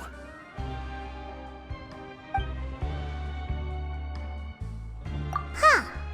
That's actually really strange. Siegewing's always super dedicated to her work. Where else would she possibly go? Forget it. I can take care of a small sprain like this on my own anyway. No need to trouble her.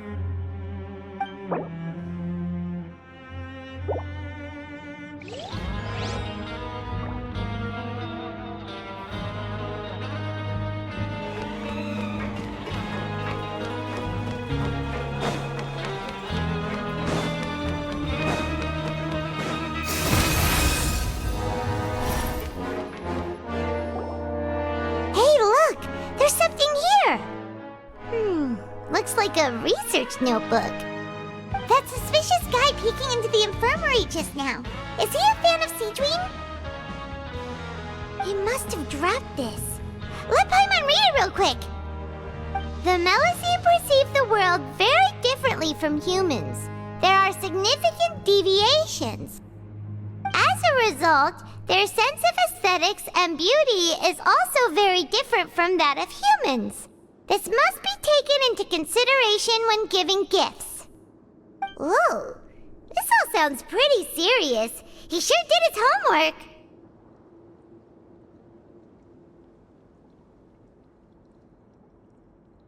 And as for the notebook, let's take it.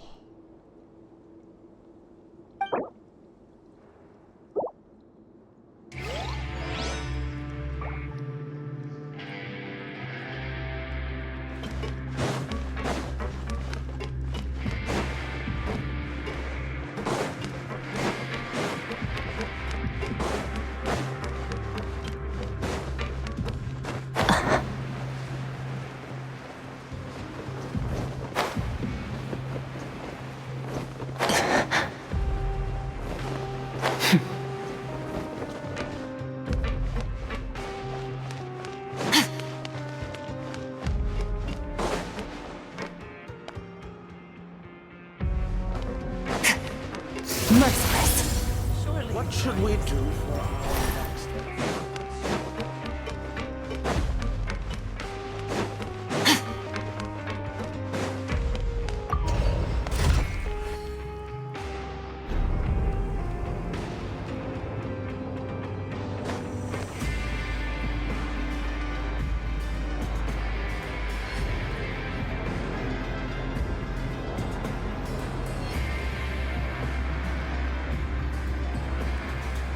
All things come to an end, even time itself.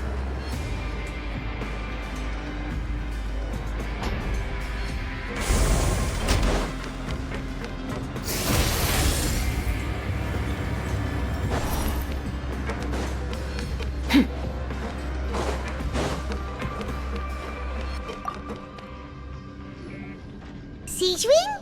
Aren't you supposed to be in the infirmary? What are you doing in the production zone? Hello, Traveler. Paimon? Everyone's usually busy around now, and we don't have any patients to look after in the infirmary. I thought I'd come here and enjoy the sight of everyone hard at work. Enjoy? What's there to enjoy here? It's really worth watching. I often stand here and observe everyone. Humans are just so interesting and adorable. I like to watch your expressions while you work. Are you talking about pets or people? Oh, I can see why you think that, but you shouldn't jump to conclusions. See, we Melusines are a different species, and we see the world very differently from humans. It's very easy for me to observe everyone's condition. All it takes is one look, and I can tell which workers are exhausted.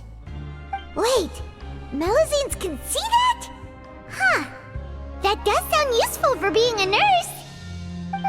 Yes, running around tending to everyone's health is very fulfilling. But I'd much prefer it if you're all happy and free from exhaustion and pain in the first place. Take care of your body, and make sure you eat well. Always rest when you're tired from work and don't push yourself too hard. We'll definitely take care of ourselves. Thanks for the reminder.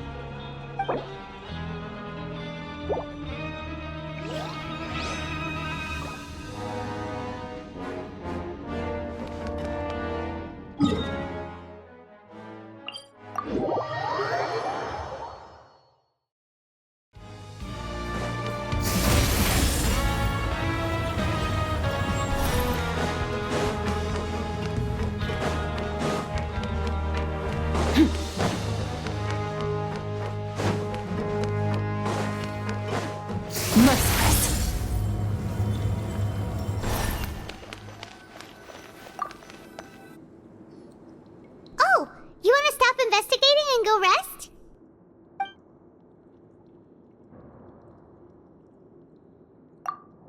Okay, you should rest up. We'll be back at it tomorrow.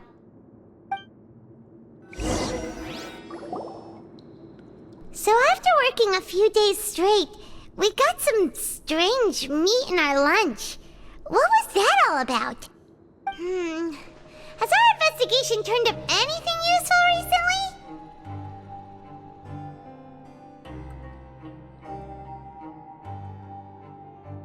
Really? Then it looks like that part of the investigation has hit a dead end.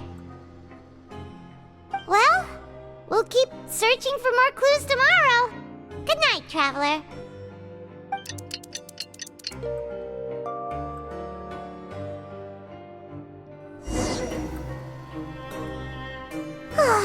The dawn of a new day. Paimon feels like we're getting used to life as convicts. Is that a good thing or a bad thing?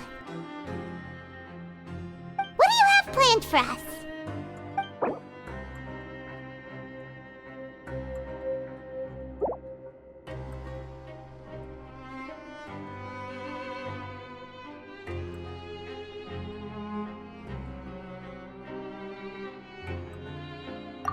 After working here so long, we're really starting to get the hang of it. But doing the same thing all the time can get old pretty quickly. How are you holding up?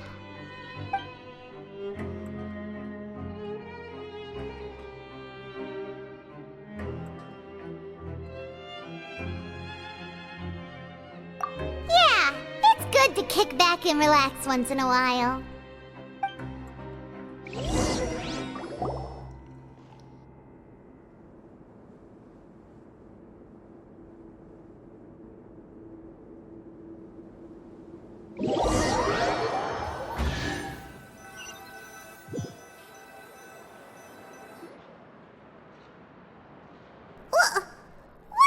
Garbage. Ooh, it looks disgusting. Oh, Paimon misses your cooking now. What would you like to do this afternoon?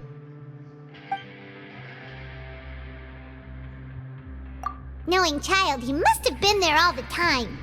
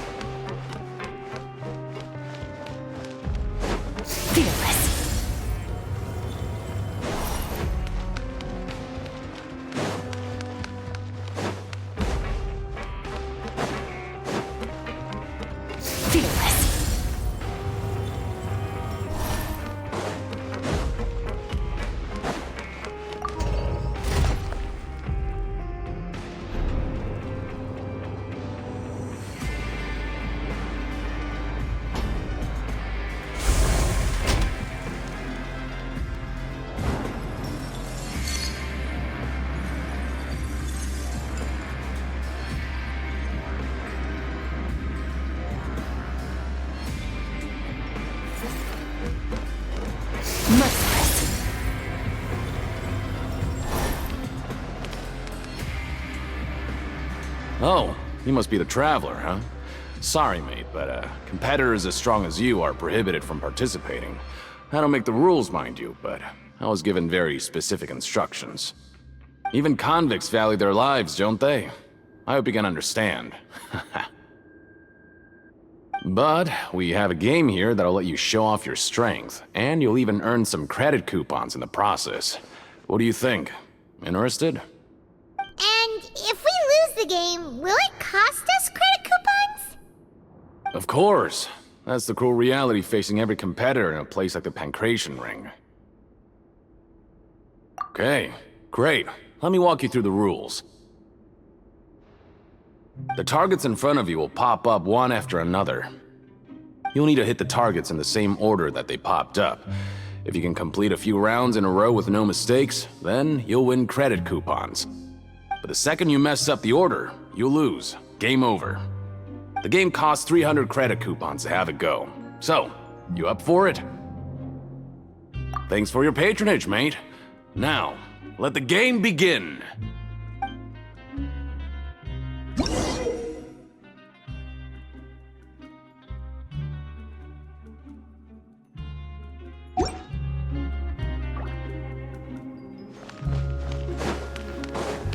Okay, do your best to hit the targets, just like Colin said!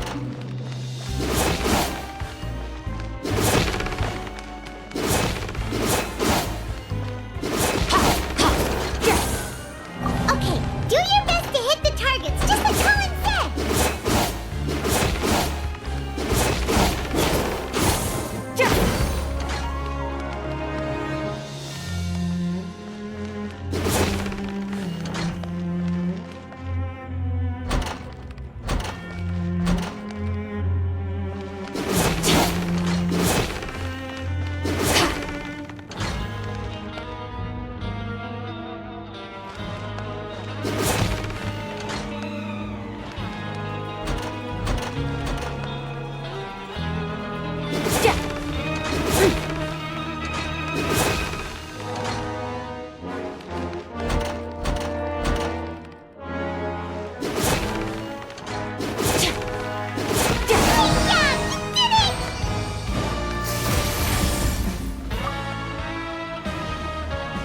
Your strength really shouldn't be underestimated.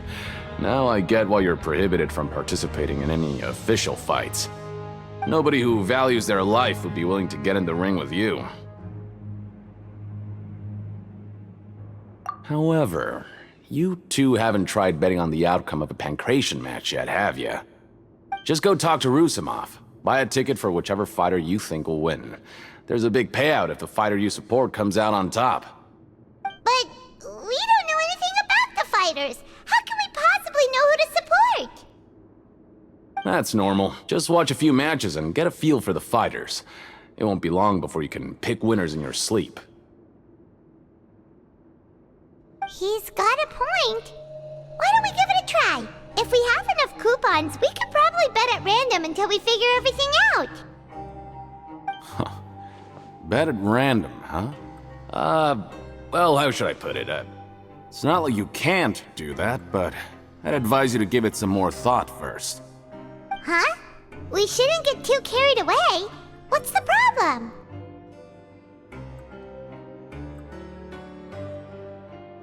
What? Never even picked a boxer before, and you already know about the rules? You're not just strong fighters. Seems you're pretty perceptive, too.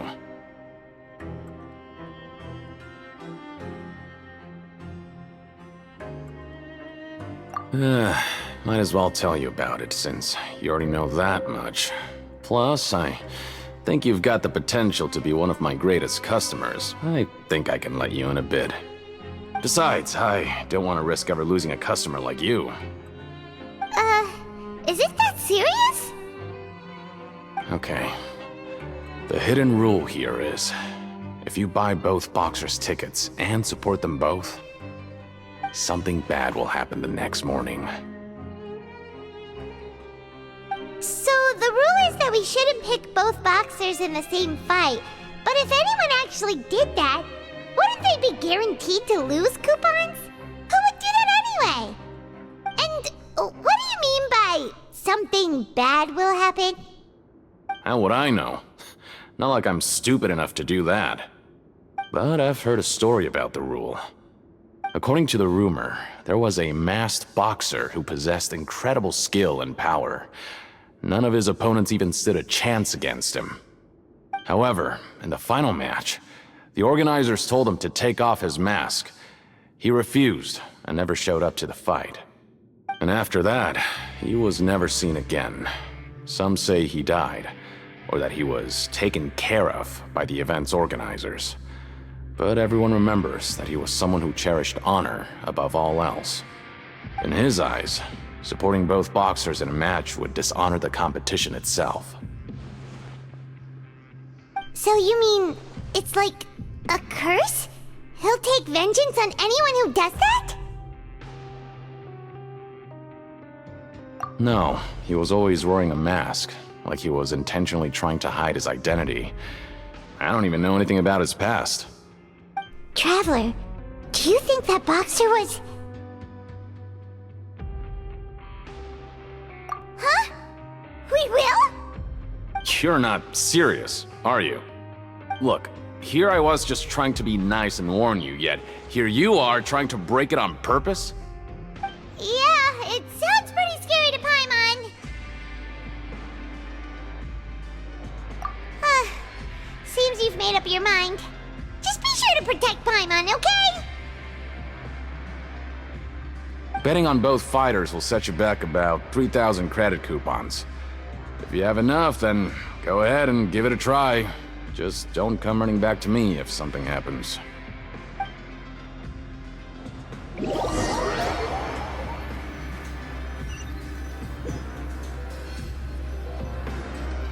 Aw, looks like we won't get a chance to sleep in as long as we're here. Let's get to bed early.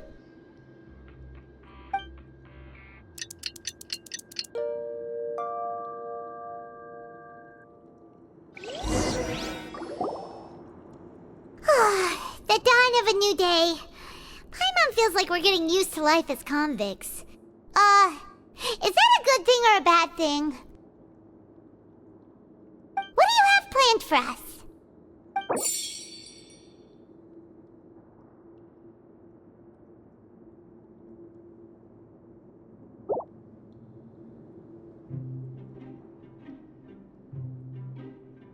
After working here so long, we're really starting to get the hang of it.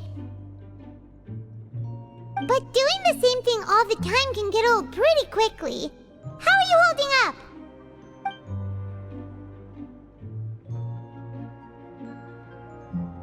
Yeah, it's good to kick back and relax once in a while.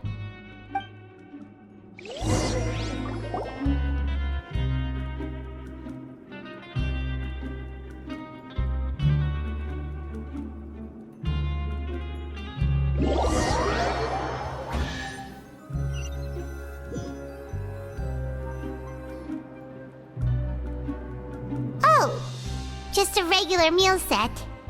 Guess Paimon shouldn't get her hopes up.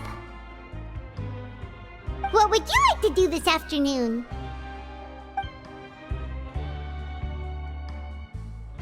Maybe we'll be able to find some leads there.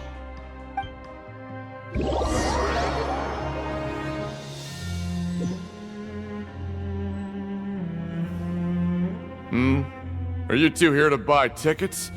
Better be quick about it. Another match is about to start. Who are the boxers in the next round? We have the reigning champ, Le Grappler, versus a contender from the Eastern Prison Block, Demon Horde. Are those their nicknames, or did they choose those names themselves? Either way, super weird. Since you're new around here, I'll help you out and give you a little suggestion. Even though Le Grappler is the crowd favorite, Demon Horde is a first-class dark horse with incredible potential. Anyway, for this match, I recommend that you pick...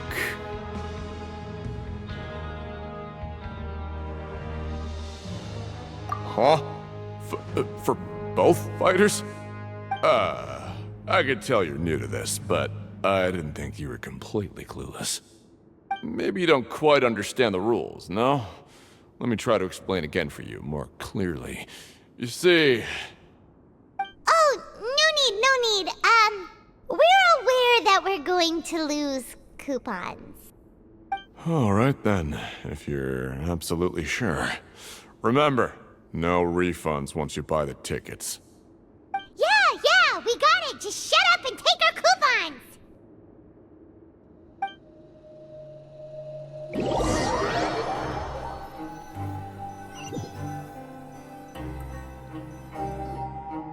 Seems we had a productive day.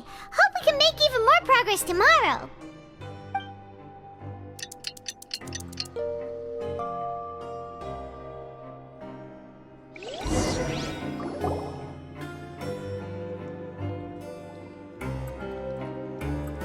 Hey, Traveler! Paimon! Package here for you. The next time you buy something, go pick it up yourself. I'm not a delivery man, you know. Huh? A package? For us? Did you buy something, Traveler? Paimon's not quite awake yet, so why don't you go take a look? Right! Yesterday we broke the hidden rule and bought tickets for both boxers.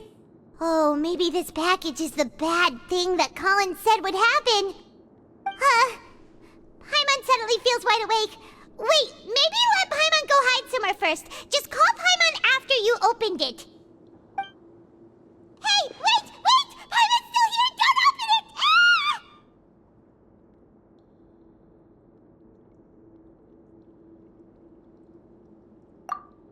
Huh? What is it? Are you okay? Let Paimon take a peek too.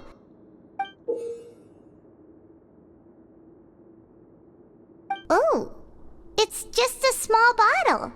But the color of the liquid inside looks so wrong. Almost like... Alright, that's enough of that. No need to say it out loud. Paimon already knows what you're trying to say. Ugh! No way! Get that stuff away from Paimon!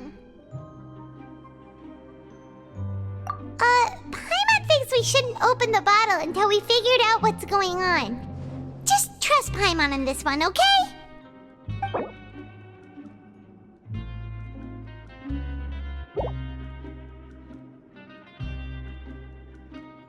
What do you have planned for us?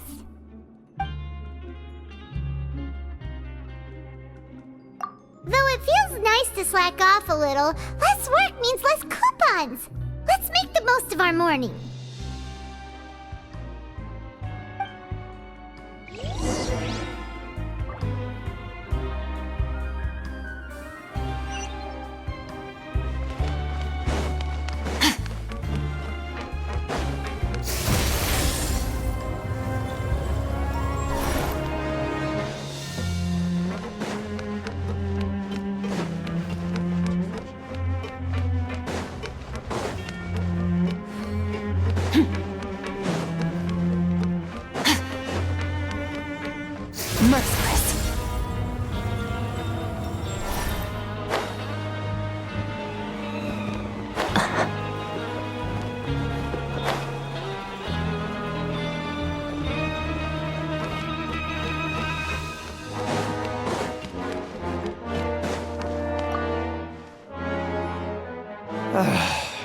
If there's no way to send it all out, maybe I'll never get a chance to leave.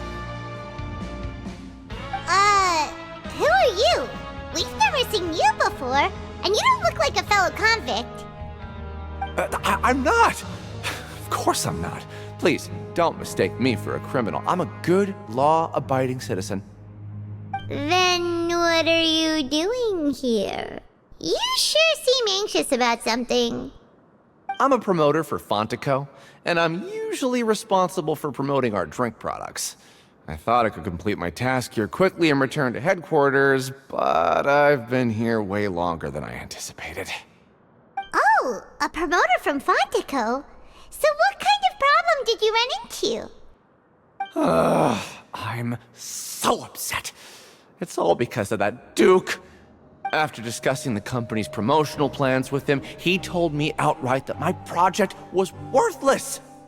However, in light of our long history of successful collaboration, I still tried to patiently explain the details. However, to my surprise, he just cut me off while I was speaking. Let me take a moment and recall his exact words. I'm just gonna stop you there and say no. If anything, I'm saving you time. It seems you don't fully understand the value of credit coupons here, nor do you understand the value of your own products. The former is because you are from the overworld. That's understandable, and I don't blame you for that. But as for the latter, only someone monumentally stupid, so breathtakingly stupid that they were completely ignorant of the value of credit coupons, despite living in the underworld, would ever possibly consider buying your drink. Let's just forget it. Anyway, that's how he rejected my proposal and asked me to come up with another solution with the condition that it doesn't cause any trouble for him. Can you believe that guy? Well, he is the head honcho here. Not much you can do about that. We met him too and could tell that he's the kind of guy that's hard to pin down. Fine. I know I should just let it go. I'm on his turf after all. His house, his rules.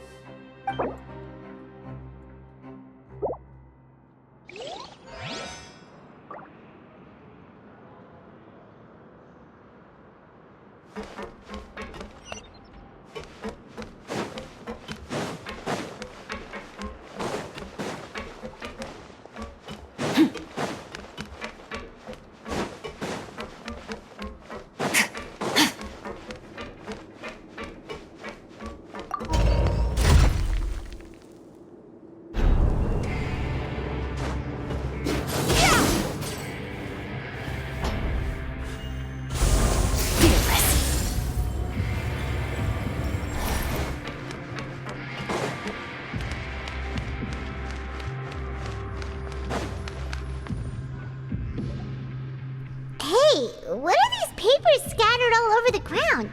Are they registration forms or something? Maybe not. Every page has the Fontaine symbol on it. Maybe it's some flyers from the company.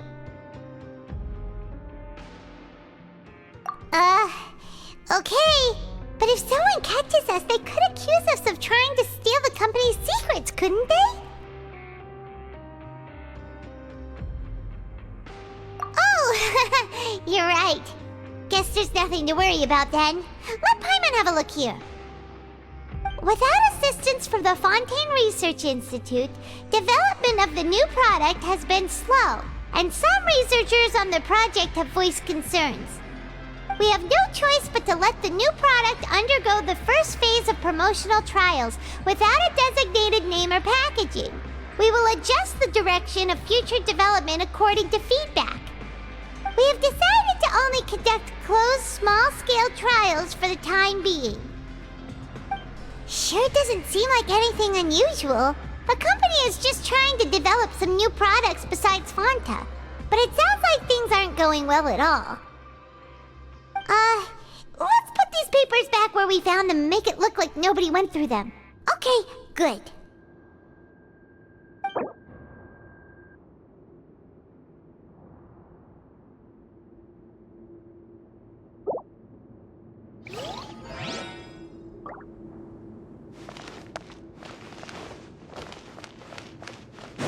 Merciless. Hey, I heard you crazy fools really did it. You bought tickets to support both fighters, didn't ya? Well, did anything happen? Well, the next day we received a mysterious package, but we still haven't made any sense of the contents. So it is real. You didn't become cursed or anything like that, did ya? Are you both still okay? Wait, are you sure that it's still you controlling your bodies right now? Paimon's not sure. What do you think, Traveler? Is Paimon still Paimon? Oh, okay. Well, that's good. Yeah, you two don't seem to have changed at all. But I wouldn't let your guard down just yet. Still, I didn't expect you would actually do it. You'd actually throw away coupons like that just to satisfy your curiosity? Even if we bought tickets like everybody else, it's not like we could hope to earn any coupons. When it comes to things things like this, it's always the organizer who makes the real profits. Hey, just what are you trying to imply? The Pancration Ring is an honest business, and we really don't make much from selling tickets. We make so little that even the current tournaments can only be held thanks to funding from the producer of Fanta. Oh, so it's the company that manufactures Fanta sponsoring the events? Paimon thought all of this was thanks to the Duke's support. Let's just say it's a mutually beneficial arrangement. They reached out to us first, hoping to promote Fanta products in the Fortress of Meropide. Anyway, you try and take extra good care of yourselves these next few days, you hear?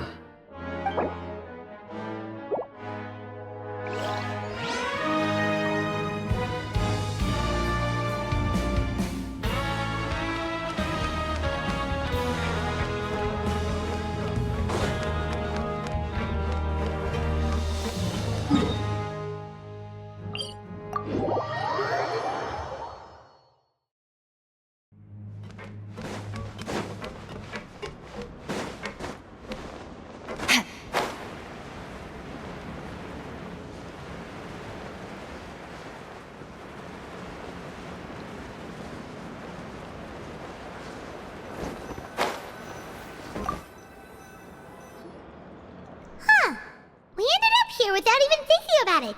Wanna grab something to eat?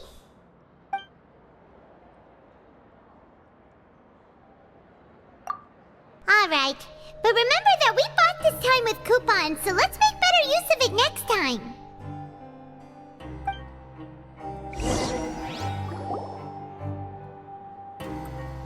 Whoa! Isn't this the super lucky meal? Looks like hard work really does get rewarded.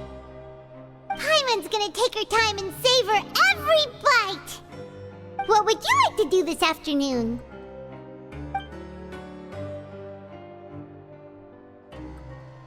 After working here so long, we're really starting to get the hang of it!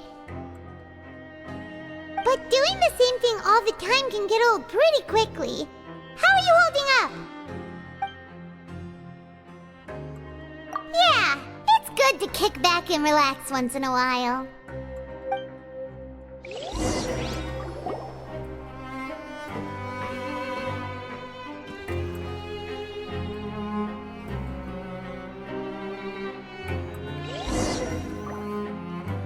A mysterious box? A bottle of crimson liquid? Paimon still doesn't know what to make of it.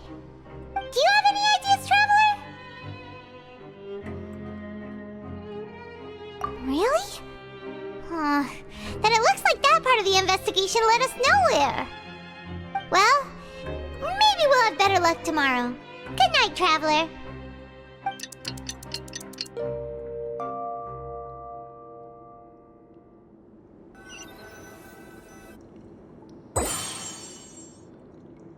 Okay, so we've investigated 2 of the hidden rules.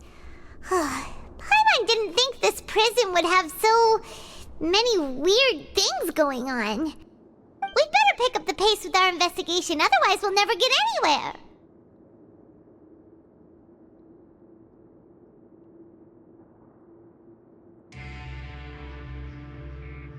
Yeah, let's skip work for now and put our time to good use.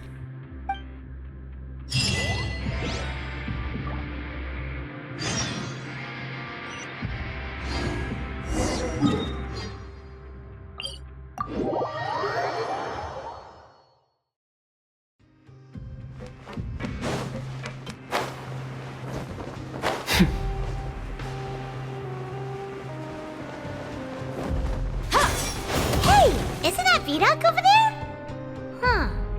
Is it just Paimon, or are there fewer people than usual here today?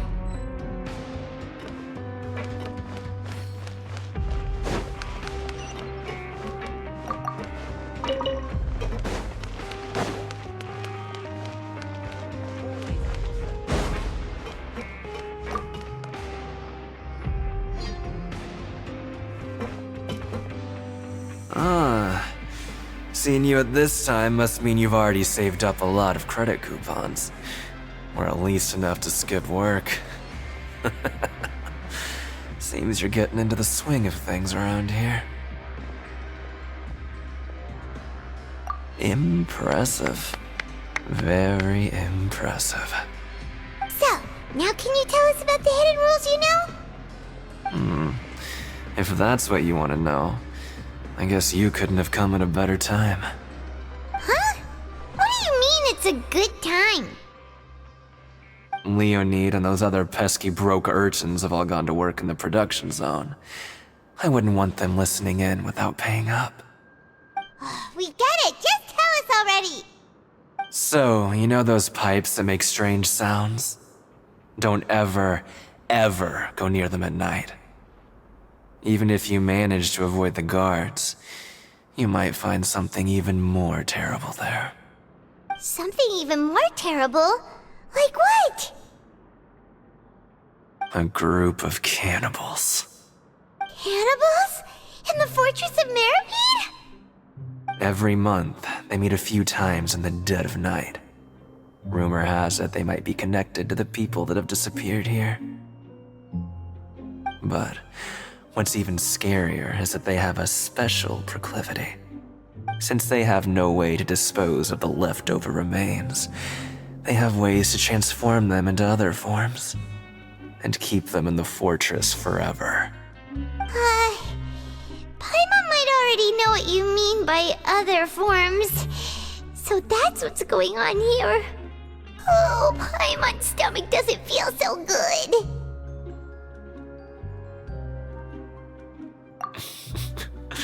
You two look pretty skeptical. No matter, learning the truth behind dark secrets isn't necessarily a good thing. I've got things to do too. I suggest you just act like I never told you anything.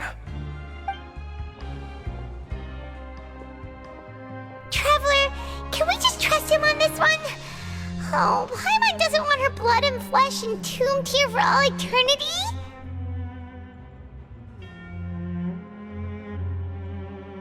Oh, so that's how you see the situation. Huh. You know, Paimon does feel a little better about it now.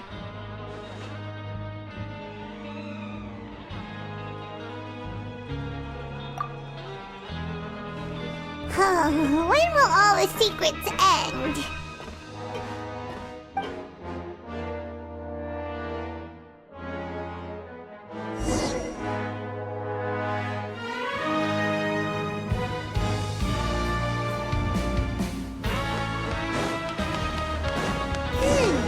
Vidoc isn't here.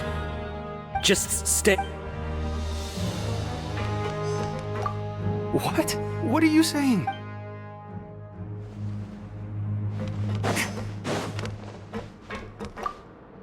What are you talking about? Listen, you should keep your nose out of other people's business.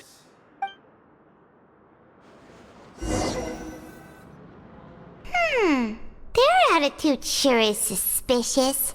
Like they're trying to avoid us. But if they're being so obvious about acting weirdly, do you think they might just be trying to lure us in? Oh, this is all getting way too creepy for Paimon.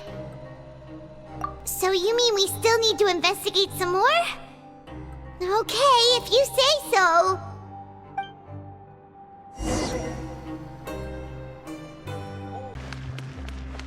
Fearless.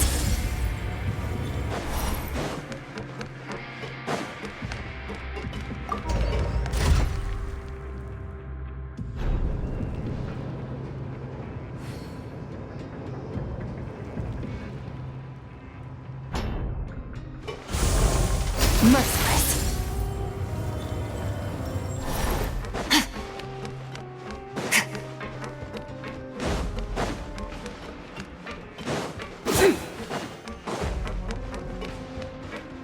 Merciless. Hello, Fielding. What do you want? Criminals like you ought to be working right now. Catch my drift. We just want to ask you a simple question. Have you ever discovered anything odd during your nighttime patrols? Why are you asking about something like that? Whatever happens at night isn't your concern. All you need to worry about is getting enough sleep. Well...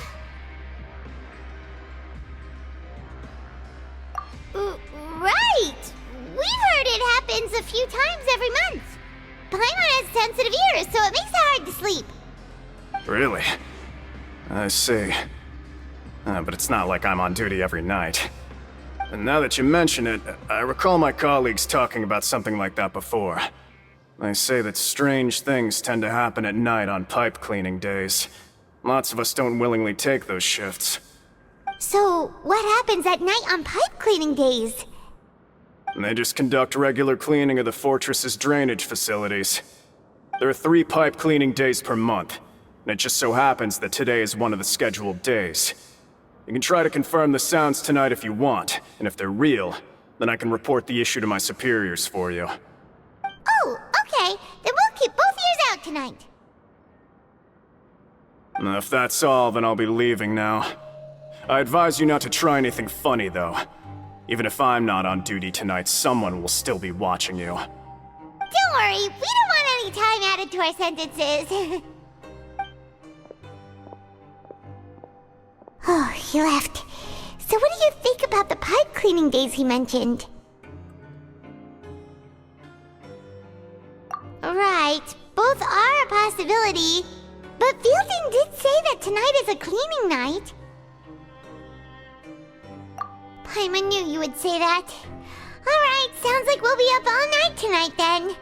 Paimon just hopes the guards don't catch us.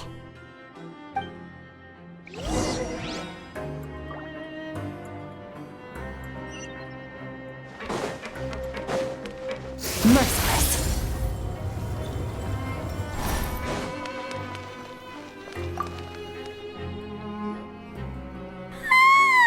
Oh, I'm so tired. But we can't sleep yet. They'll be cleaning the pipes tonight, so it's the perfect chance for us to investigate. Whatever. Just be sure to wake Paimon if she dozes off. Paimon's worried something might happen if you go alone. Huh? Traveler? Did you fall asleep already?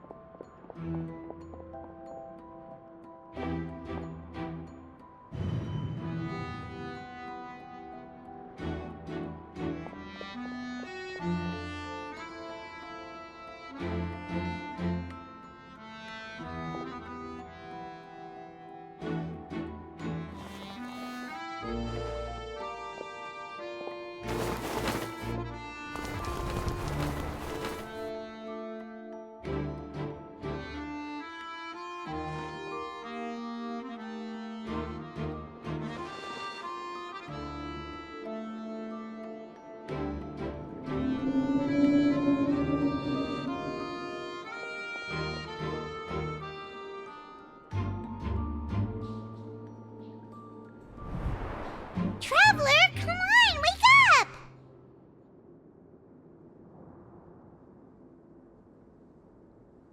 Oh, it looks like you were just peacefully sleeping to Paimon. Well, what did you see this time? Really? So we're finally starting to figure out what actually happened! But what about the cannibals? How do you explain them? Okay, well it's about time for us to get moving. Just be careful to avoid the patrolling guards.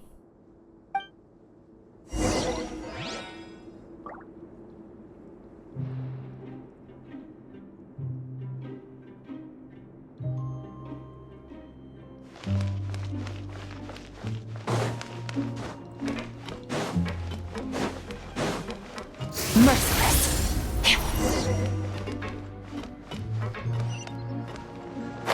Shh! Careful! We'll get in trouble if the guards catch us.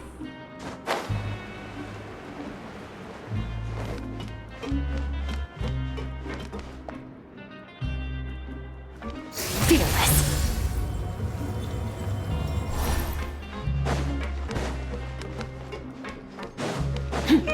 This should be the place.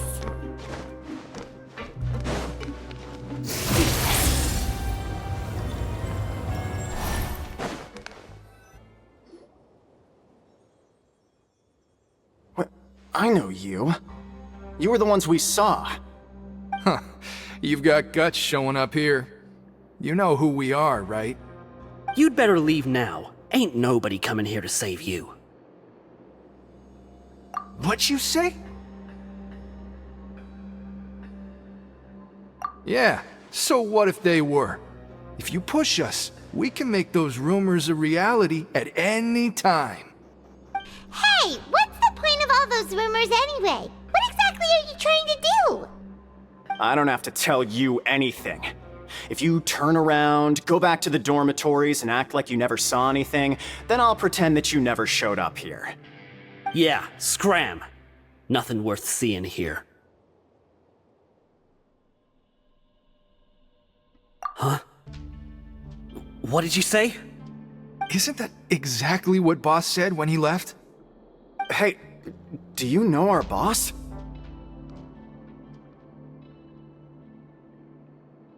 Whoa. We had no idea our boss was such a big deal. He always kept his identity a secret. So, did he have you come here to find us? Oh, so your child's crew here? Seems like he had no problem fitting in. We're the only ones who heard him say those words when he left that night. So unless he somehow told you those exact same words after that... All right. I guess that's proof enough for me. I believe you. Wow, those dreams of yours sure come in handy. We gave him the business for a while and would always give him a hard time when he first came to the Fortress of Meripede. But here in the fortress, the strong will always earn respect. He was working the longest hours and racking up wins in the Pancration Ring. You could always see how amazing he was, even when he was teaching us a lesson.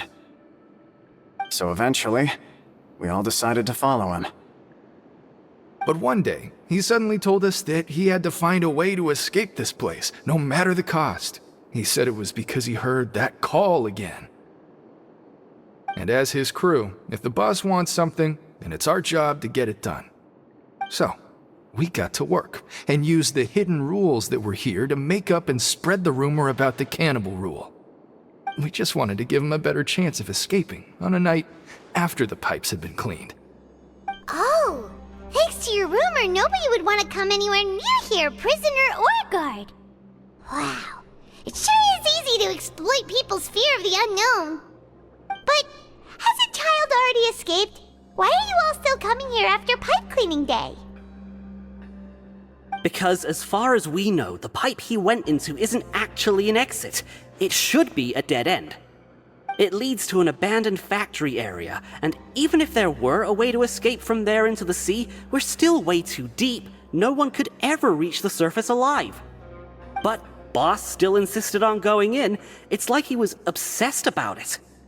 So we told him that we'd pretend as if he never existed while he was gone.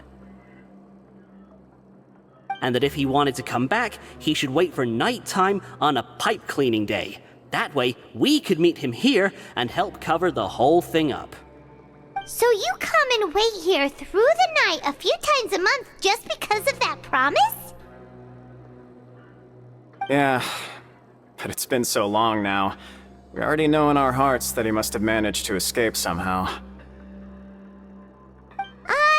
it also possible that something unfortunate happened to him? Nothing could ever defeat Boss or slow him down. It's one thing we know for sure. Okay.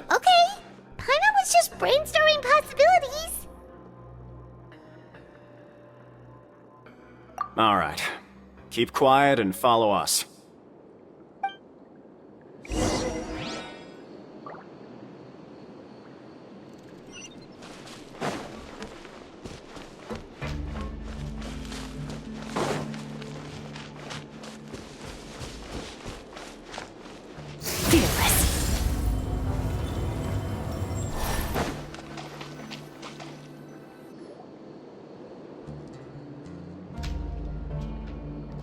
The way up from here has been sealed off. It's impossible to get through. Boss left by going down from here. It wasn't full of water at the time. Later, we came back hoping to have a look. That's when we found out it had been completely flooded. It's impossible to navigate unless you're an extremely skilled diver. Do you think Child got trapped by the water? Not likely. We all know that Boss was an incredible swimmer. Really? Then have him come investigate, pronto. Just be sure to tell us if you get any news about Boss. It's getting late. We should leave before the guards come this way. Yeah, we learned a lot about what happened to Child here. Let's get going!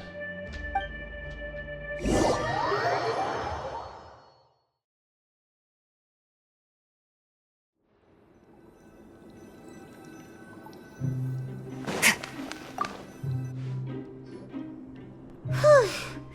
We finally learned some key information. Seems all of our investigative work has finally started to pay off. When you said you knew a diver, you were talking about Fremine, right? If we ask Linny, he'll definitely have Fremine help us. Ugh. Why is Child like this? What was he doing going into the pipes? Not making our jobs easier, that's for sure. Fortunately, though, it seems like it's only a matter of time now before we find out what really happened. Now that we can finally relax, I'm starting to feel super sleepy. Let's try to get some rest while we still can. Nighty-night, traveler!